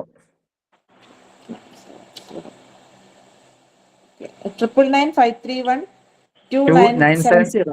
2970. ഓക്കെ. ഇട്ടിട്ടുണ്ട്. ഇത് മേഡം, ഓ അതില് ഞാനിപ്പോ ഇത് ഈ കുട്ടികളെ ഫോക്കസ് ചെയ്തുകൊണ്ടാണ് യഥാർത്ഥത്തിൽ ഞാൻ ഇതിങ്ങനെ ചെയ്തിട്ടുള്ളത്. പക്ഷെ യഥാർത്ഥത്തില് നമ്മൾ മുതിർന്നവരും രക്ഷിതാക്കളും ടീച്ചേഴ്സും അതുപോലെ തന്നെ ഇതിനകത്ത് വല്ല നാട്ടുകാരും ഉണ്ടെങ്കിൽ ഈ പ്രാദേശിക ചരിത്രം എന്നുള്ളത് കുറച്ചുകൂടി വിപുലമായും സമഗ്രമായും ചർച്ച ചെയ്യേണ്ടതാണ്. കാരണം അവര് മനസ്സിലാക്കി മാത്രമേ കുട്ടികൾക്ക് ഇതിന്റെ ഒരു എലമെന്റ്സ് കിട്ടൂ. അപ്പൊ അത്തരത്തിലൊരു വേദി ഉണ്ടാക്കണം ശ്രമിക്കണം എന്നാണ് എനിക്ക് പറയാനുള്ളത് നിങ്ങളോട് കേട്ടോ. മാഷ, നമുക്ക് ഇനി അങ്ങോട്ട് ഇത് നമുക്ക് വിപുലപ്പെടുത്താം, നമുക്ക് പറ്റുന്ന പോലെ. ഓക്കെ. പിന്നെ ഇതില് ചിത്രങ്ങൾ ഉൾപ്പെടുത്താൻ പറ്റുമോ എന്ന് ചോദിക്കുന്നുണ്ട്. എഴുതുമ്പോഴായിരിക്കും. ഈ ചിത്രങ്ങൾ നമ്മളിപ്പോ ഈ ഫോട്ടോഗ്രാഫ് ആണല്ലോ ഉദ്ദേശിക്കുന്നത്. ഫോട്ടോഗ്രാഫ് നമ്മൾ അതിനകത്ത് ഇൻസേർട്ട് ചെയ്യൊന്നും വേണ്ട. ഫോട്ടോഗ്രാഫ് നമ്മൾ ആ ഇന്റർവ്യൂ എല്ലാവരും പറഞ്ഞില്ലേ, നമ്മൾ എഴുതിയതിനു ശേഷം ഇന്റർവ്യൂ ഉണ്ട്. സബ് ജില്ലയിലാണെങ്കിൽ രാവിലെ എഴുതി കഴിഞ്ഞ് ഉച്ചയ്ക്ക് ശേഷം ഇന്റർവ്യൂ ആണ്. ജില്ലയിലാണെങ്കിൽ അന്ന് എഴുതി കഴിഞ്ഞ് പിറ്റേന്നാണ് ഇന്റർവ്യൂ ഉണ്ടാവുക. ആ ഇന്റർവ്യൂ സമയത്ത് ആ ജഡ്ജസിന് മുമ്പിൽ ഇത് കൊടുത്താൽ മതി, ഇന്റർവ്യൂ ഈ ഫോട്ടോസ് കൊടുത്താൽ മതി. അല്ലാതെ ഇതിനകത്ത് ചിത്രങ്ങൾ വരച്ചേർക്കേണ്ട കാര്യമൊന്നുമില്ലല്ലോ. അതൊരു ശരിയല്ല, അങ്ങനെ സംഭവമില്ല. ഓക്കെ. ഓരോ അധ്യായത്തിലും എത്രമാത്രം എഴുതണമെന്ന് കണക്കുണ്ടോ? ഇത്ര പാരഗ്രാഫ് എന്നൊക്കെ? അങ്ങനെയൊന്നുമില്ല. നിങ്ങൾക്ക് ടൈം അനുവദിച്ചത് 3 മണിക്കൂറാണ്. ആ 3 മണിക്കൂറിൽ ഈ പറഞ്ഞ മേഖലകളെല്ലാം കടന്നു പോകണം. അങ്ങനെ കടന്നു പോകുമ്പോൾ നിങ്ങളത് എന്ത് ചെയ്യണം വെച്ചാൽ പലതവണ നിങ്ങൾ സ്വന്തം എഴുതി കസ്റ്റമൈസ് ചെയ്ത് അത് കൃത്യമായിട്ട് ഏറ്റവും ആപ്റ്റ് ആയിട്ടുള്ള കാര്യങ്ങൾ മാത്രം എഴുതുന്ന രീതിയിലേക്ക് മാറണം. അപ്പോൾ 3 മണിക്കൂർ ഓരോരുത്തരുടെ എഴുതുന്ന സ്പീഡ് വ്യത്യാസമാണല്ലോ. അത് കുട്ടി സ്വയം മനസ്സിലാക്കണം. അത് മനസ്സിലാക്കി ടീച്ചർ സഹായത്തോട് കൂടിയിട്ട് അവരോട് പറയണം, ഇന്ന ടൈറ്റിൽ ഇത്ര അധ്യായം എഴുതും, ഇത്ര മിനിറ്റ് അല്ലെങ്കിൽ ഇത്ര പാരഗ്രാഫ് അല്ലെങ്കിൽ ഇത്ര പേജ് എഴുതണം എന്ന് കൃത്യമായിട്ട് കുട്ടിയോട് നേരത്തെ പറയണം. എത്ര എഴുതിയാലും കുഴപ്പമില്ല, ജഡ്ജസ് അത് വായിച്ചു നോക്കും കേട്ടോ. വായിച്ചു നോക്കൂല എന്ന് പറയരുത്. ഞാനൊരു ജഡ്ജ് ആയതുകൊണ്ടാ പറയുന്നത് കേട്ടോ. ഇംഗ്ലീഷിൽ എഴുതാൻ പറ്റുമോ എന്ന് ചോദിക്കുന്നുണ്ട്. എഴുതാം, ഇംഗ്ലീഷിൽ എഴുതാം. അനുവദനീയമാണ്, ഇംഗ്ലീഷിൽ എഴുതാം. ഇതിന്റെ മൂല്യനിർണ്ണയവുമായി ബന്ധപ്പെട്ട് എന്തെങ്കിലും വിശദാംശങ്ങൾ തരാൻ പറ്റുമോ? മൂല്യനിർണ്ണയത്തില് ഇന്റർവ്യൂവിന് ഒരു മാർക്കുണ്ട്, എഴുതിയതിന് ഒരു മാർക്കുണ്ട്, എഴുതിയതിന്റെ സ്റ്റൈൽ ഒരു മാർക്കുണ്ട്. അതുപോലെ തന്നെ അതിന്റെ സിസ്റ്റം ഉണ്ടല്ലോ. അതിനകത്ത് ആദ്യ ഇൻട്രൊഡക്ഷൻ വരണം. രണ്ടാമത്തെ അതിനകത്ത് എന്ത് പറയണം, അതിന്റെ അധ്യായങ്ങളെ ഇൻഡെക്സ് വരണം. പിന്നെ ചാപ്റ്റേഴ്സ് ഉണ്ടാവണം. ചാപ്റ്റേഴ്സിൽ സബ് ടൈറ്റിൽ ഉണ്ടാവണം. പിന്നെ അതിനുശേഷം അവസാനം കൺക്ലൂഷൻ ഉണ്ടാവണം. കൺക്ലൂഷന് ശേഷം ബിബ്ലിയോഗ്രാഫി ഉണ്ടാവണം. ബിബ്ലിയോഗ്രാഫി ശേഷം റെഫറൻസ് ഉണ്ടാവണം. ഇത്രയും കാര്യങ്ങളൊക്കെ സിസ്റ്റമാറ്റിക്കായിട്ട് ഉണ്ടാകുമ്പോൾ ആ സിസ്റ്റമാറ്റിക്കിന് ഓരോന്നിനും കണ്ടന്റ് ഇത്ര, ഇൻട്രൊഡക്ഷൻ ഇത്ര, അതുപോലെ ഇന്റർവ്യൂവിന് എത്ര, ആകമാനമുള്ള സെറ്റപ്പിന് എത്ര എന്നുള്ള മാർക്കുണ്ട്. അതുണ്ട്, മാർക്ക് കൃത്യമായിട്ടുണ്ട്. എൻ്റെ യഥാർത്ഥ ഈ ക്ലാസിഫിക്കേഷൻ എനിക്കിപ്പോൾ ഓർമ്മയില്ല. നമ്മളത് കൃത്യമായിട്ട് നോട്ടിഫിക്കേഷൻ വരെ അതിനകത്ത് പറഞ്ഞിട്ടുണ്ടാവും. ഇന്ന് ഇന്റർവ്യൂ ഇത്ര മാർക്ക് കൊടുക്കാം, കണ്ടന്റ് ഇത്ര മാർക്ക്, ചാപ്റ്ററൈസേഷൻ ഇത്ര മാർക്കാം, അതിന്റെ ഉള്ളടക്കത്തിന് ഇത്ര മാർക്ക് കൊടുക്കാന്ന് പറഞ്ഞിട്ടുണ്ടാവും. എന്തെല്ലാം മാർഗങ്ങൾ ഉപയോഗിച്ചുകൊണ്ട് ഒരു നാടിന്റെ നമസ്കാരം മനസ്സിലാക്കാൻ കഴിയുക എന്നാണ് എഴുതിയിട്ടുള്ളത്. സംസ്കാരമായിരിക്കും ഉദ്ദേശിച്ചത്. വ്യക്തമായിട്ടില്ല മാഡം, ഒന്ന് പറഞ്ഞു പ്ലീസ്. എന്തെല്ലാം മാർഗങ്ങൾ ഉപയോഗിച്ചുകൊണ്ട് ഒരു നാടിന്റെ സംസ്കാരം മനസ്സിലാക്കാൻ കഴിയുക? ഏതെല്ലാം മാർഗങ്ങൾ ഉപയോഗിച്ചുകൊണ്ടാ? നമസ്കാരം എന്ന് എഴുതിയത് സംസ്കാരമായിരിക്കും ഞാൻ വിചാരിക്കുന്നു. അതെ, അത് സംസ്കാരം തന്നെയായിരിക്കും. അപ്പം ഏതെല്ലാം മാർഗങ്ങൾ പറഞ്ഞാൽ ഞാൻ ഈ പറഞ്ഞ ഒരുപാട് ഈ മാർഗങ്ങളൊക്കെ ഉണ്ടല്ലോ. ഞാൻ നേരത്തെ പറഞ്ഞ സാഹിത്യകൃതികൾ, അവിടെയുള്ള സാഹിത്യകൃതി പരിശോധിക്കുക. സാഹിത്യകൃതി എന്ന് പറയുമ്പോൾ ഈ സുവനീറുകളാണ്, പതിപ്പുകൾ, സ്മരണികൾ, ഔദ്യോഗിക പുസ്തകങ്ങൾ, കഥ, നോവൽ, അതൊക്കെ അതിനകത്ത് പെടും. അതുപോലെ തന്നെ ആടെ കിട്ടുന്ന വല്ല ഏതെങ്കിലും ശില്പങ്ങളോ കല്ലുകളോ ഉണ്ടെങ്കിൽ അങ്ങനെ പുരാരേഖയിൽ പെടും. പിന്നെ അടുത്ത കാർഷിക ചരിത്രം നമുക്ക് പഴയ കർഷകരോട് നമ്മൾ സമീപിച്ച് സംശയം ചോദിക്കണം. ആരെ ചോദിക്കണം? ആ ചോദ്യങ്ങളാണ് ഏറ്റവും പ്രധാനപ്പെട്ടത്. അപ്പൊ ഈ പറഞ്ഞ ഒരു 6 മേഖലയെ പറ്റി ഞാൻ പറഞ്ഞിട്ടുണ്ട്. ഈ 6 മേഖലകളിലൂടെ നമുക്ക് ആ പ്രദേശത്തിന്റെ ഒരു ചരിത്രം കൃത്യമായിട്ട് മനസ്സിലാവും. ഇപ്പൊ ക്ഷേത്രങ്ങളിൽ പോവാങ്ങൾ, ക്ഷേത്രങ്ങളിൽ പലപ്പോഴും ഉണ്ടല്ലോ. ഇപ്പോൾ ഈ അടുത്ത കാലത്തായിട്ട് മലപ്പുറം ജില്ലയിൽ ഒരു ഗ്രാമം കണ്ടെത്തിയിട്ടുണ്ട്. ആ ഗ്രാമം കണ്ടെത്തിയപ്പോൾ ആ സ്ഥലത്തിന്റെ പേര് ഓർമ്മയില്ല. അവിടെ ക്ഷേത്രങ്ങളിൽ ഒരുപാട് ശില്പങ്ങൾ അവിടെ ഉണ്ടാക്കി കൊടുത്തിട്ടുണ്ട്. ആ ശില്പം മണ്ണിനെ കൊണ്ടാണ് ഉണ്ടാക്കിയിട്ടുള്ളത്. അപ്പൊ ആ മണ്ണെന്ന് പറഞ്ഞാല് അപ്പൊ ആ ശില്പങ്ങൾ എന്ന് വെച്ചാൽ അവിടെ ഉണ്ടാകുന്ന കാർഷിക രൂപങ്ങൾ, ദാറ്റ് മീൻസ് കൃഷിയിൽ അവർ ഉൾപ്പെടുത്തിയിട്ടുള്ള ഉപയോഗിച്ചിട്ടുള്ള മൃഗങ്ങളുടെ ശില്പങ്ങളാണ്. ഇപ്പൊ നമ്മുടെ നാട്ടിലാണെങ്കിൽ നിങ്ങൾ ഈ പറയാം എടുത്തൊപ്പിക്കുക എന്ന് പറയില്ലേ, ചില ക്ഷേത്രങ്ങൾക്ക് പോയി കഴിഞ്ഞാൽ വിളക്ക് കൊടുക്കുക, ചില രൂപങ്ങൾ ഒപ്പിക്കുക, നിങ്ങൾ കാണാറില്ല? അങ്ങനെ ചെയ്യാറുണ്ടല്ലോ. ചിലപ്പോൾ ആ രൂപങ്ങളുടെ പിന്നിലൊരു കാര്യം ഉണ്ടാവും അതിനകത്ത്. ചിലപ്പോൾ അത് ആൾ രൂപമായിരിക്കാം, അതുപോലെ തന്നെ ചിലപ്പോൾ പശുവിന്റെ രൂപമായിരിക്കാം, അങ്ങനെയുണ്ട്. പക്ഷെ നമ്മൾ ഉദ്ദേശിക്കുന്നത് എന്താ? പശുവിന് ദോഷം വരുത്താതിരിക്കാൻ വേണ്ടി ഈ രൂപം ദൈവത്തിന് മുമ്പിൽ ഒപ്പിക്കുന്നു, അല്ലെ സമർപ്പിക്കുന്നു. അപ്പൊ അത് നോക്കിക്കഴിഞ്ഞാൽ നമുക്ക് മനസ്സിലാവും അത് അതിന്റെ പിന്നിൽ ചരിത്രം ഉണ്ടാവും. അവിടെ അതുപോലെ തന്നെ അവിടെ ഇപ്പൊ നിങ്ങൾ ഇപ്പൊ ഒരു കോട്ടത്തിൽ തെയ്യം കെട്ടുമ്പോൾ നമ്മൾ തോറ്റം ഉണ്ടല്ലോ, തോറ്റം. ആ തോറ്റത്തിൽ ഈ തെയ്യത്തിന്റെ എല്ലാ എലമെന്റ്സും, തെയ്യം ആരാണ്, അത് ഏത് രീതിയാണ്. ഇപ്പൊ ഞാൻ പറയാം, ഇപ്പൊ നമ്മളെ ഈ അടുത്ത് കൊളച്ചേരിയിൽ ഒരു ചാത്തമ്പള്ളി വിഷകണ്ഠ ക്ഷേത്രമുണ്ട്.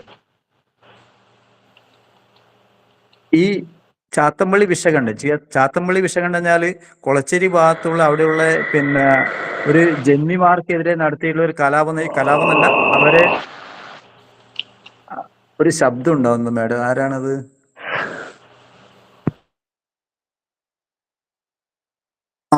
ഒരു വിഷവൈദ്യന്റെ കാര്യമാണ് പറയുന്നത്. അതായത് സാധാരണ ഏറ്റുകാരൻ ഒരു വിഷവൈദ്യനാവുകയും അവിടെയുള്ള ജന്മിമാർക്ക് മാത്രം അവകാശപ്പെട്ട ചികിത്സ ഒരു ഘട്ടത്തിൽ ഈ ഏറ്റുകാരനായ വിഷകണ്ഠൻ ഉപയോഗപ്പെടുത്തുകയും ചെയ്യുന്നു. അങ്ങനെ ഒരു സ്ത്രീയെ അവരെ ജീവിതത്തിൽ തിരിച്ചു കൊണ്ടുവരുമ്പോഴാണ് അടുത്ത മേലാളന്മാർ ഇയാൾക്കെതിരെ ഈ വിഷകണ്ഠനെതിരെ തിരിയുന്നത്. അങ്ങനെ അവരെല്ലാം കൂടി ഇയാളെ ഈ ഈ ചിരുകണ്ഠനെ കൊല്ലുകയാണ്. അങ്ങനെയാണ് എന്തുണ്ടായിട്ടുള്ളത്? ചാത്തമ്പള്ളി വിഷകണ്ഠൻ തെയ്യം ഉണ്ടായിട്ടുള്ളത്. അപ്പൊ അതിൻ്റെ അകത്ത് നമുക്ക് മനസ്സിലാവും തോറ്റത്തിന് ഉത്ഭവം. ആ തോറ്റം കേട്ടാൽ മനസ്സിലാവും. അത് തോറ്റം നമ്മൾ ആടുന്ന് പാടുമ്പോൾ നോക്കണ്ട, നമ്മൾ എന്ത് ചെയ്യണം? ഈ തെയ്യം കെട്ടുന്ന ആൾക്കാരാണ് തോറ്റം പാടുന്നത്. അവരെ വീട്ടിൽ പോവുക, അവരെ കാണുക, അവരോട് പറഞ്ഞു കഴിഞ്ഞാൽ അവരെന്നെ പറഞ്ഞു തരും. ഇത് ഇന്നതിനെ പറ്റിയാണ്, ഇന്ന വാക്ക് ഇതിനെ പറ്റിയാണ്, ഇന്ന കവിത ഇന്ന വരി ഇന്നതിനെ പറ്റിയാണ്, ഇത് ആരാണ് ഉണ്ടായിരുന്നത്, അവർ കൃത്യമായിട്ട് പറഞ്ഞു തരുമ്പോൾ നമുക്ക് അതിൻ്റെ ഒരു നല്ലൊരു ചരിത്രം കിട്ടും. ഇതിൻ്റെ അകത്ത് ഒരു കാര്യം ചാപ്റ്ററൈസേഷൻ ഒന്നുകൂടി പറയണമെന്ന് പറഞ്ഞു. ഞാൻ ഒന്നുകൂടി ആവർത്തിക്കട്ടെ. ആദ്യം ചെയ്യേണ്ടത് ഭൂമിശാസ്ത്ര സവിശേഷതകളാണ്. രണ്ടാമത്തത് സ്ഥലനാമ ചരിത്രമാണ്. ഇതാണ് 1, 2 എന്തായാലും ഉണ്ടാവേണ്ടത്. മൂന്നാമത്തത് അവിടുത്തെ സാഹിത്യകൃതി എന്നുള്ള നിങ്ങളെ പ്രദേശത്തെ ചരിത്രമാണ്. 4-മത്തെ പുരാരേഖകൾ, 5-മത്തെ കാർഷിക ചരിത്രം, 6-മത്തെ സാംസ്കാരിക ചരിത്രം, 7-മത്തെ സാമൂഹിക ചരിത്രം, 8-മത്തെ രാഷ്ട്രീയ ചരിത്രം. ഇതിലൊരു വ്യവസ്ഥാപിതമായ രീതി ഉണ്ടാവുന്നില്ല. പക്ഷെ 1, 2 എന്തായിരിക്കണം വളരെ വ്യക്തമായിട്ട് നിങ്ങൾ ചെയ്യണം. ഒന്നുണ്ടാവേണ്ടത് നിങ്ങൾ ഭൂമിശാസ്ത്രം സവിശേഷതയായിട്ട് തന്നെ ആദ്യം കാണണം. 2-മത്തെ സ്ഥലനാമ ചരിത്രം. ഇത് ഭൂമിശാസ്ത്ര സവിശേഷത ഒന്നായിരിക്കണം, ഭൂമിശാസ്ത്ര പ്രത്യേകത ഒന്നായിരിക്കണം. 2-മത് സ്ഥലനാമ ചരിത്രം. ബാക്കിയുള്ള ഇതൊക്കെ പിന്നെ 3-മത്തത് സാഹിത്യമായിരിക്കണം. ബാക്കിയുള്ള അപ്പുറം ഇപ്പുറം മാറിപ്പോയാലും കുഴപ്പമൊന്നുമില്ല. അത് നിങ്ങളെ സൗകര്യം പോലെ ചെയ്യാവുന്നതാണ്.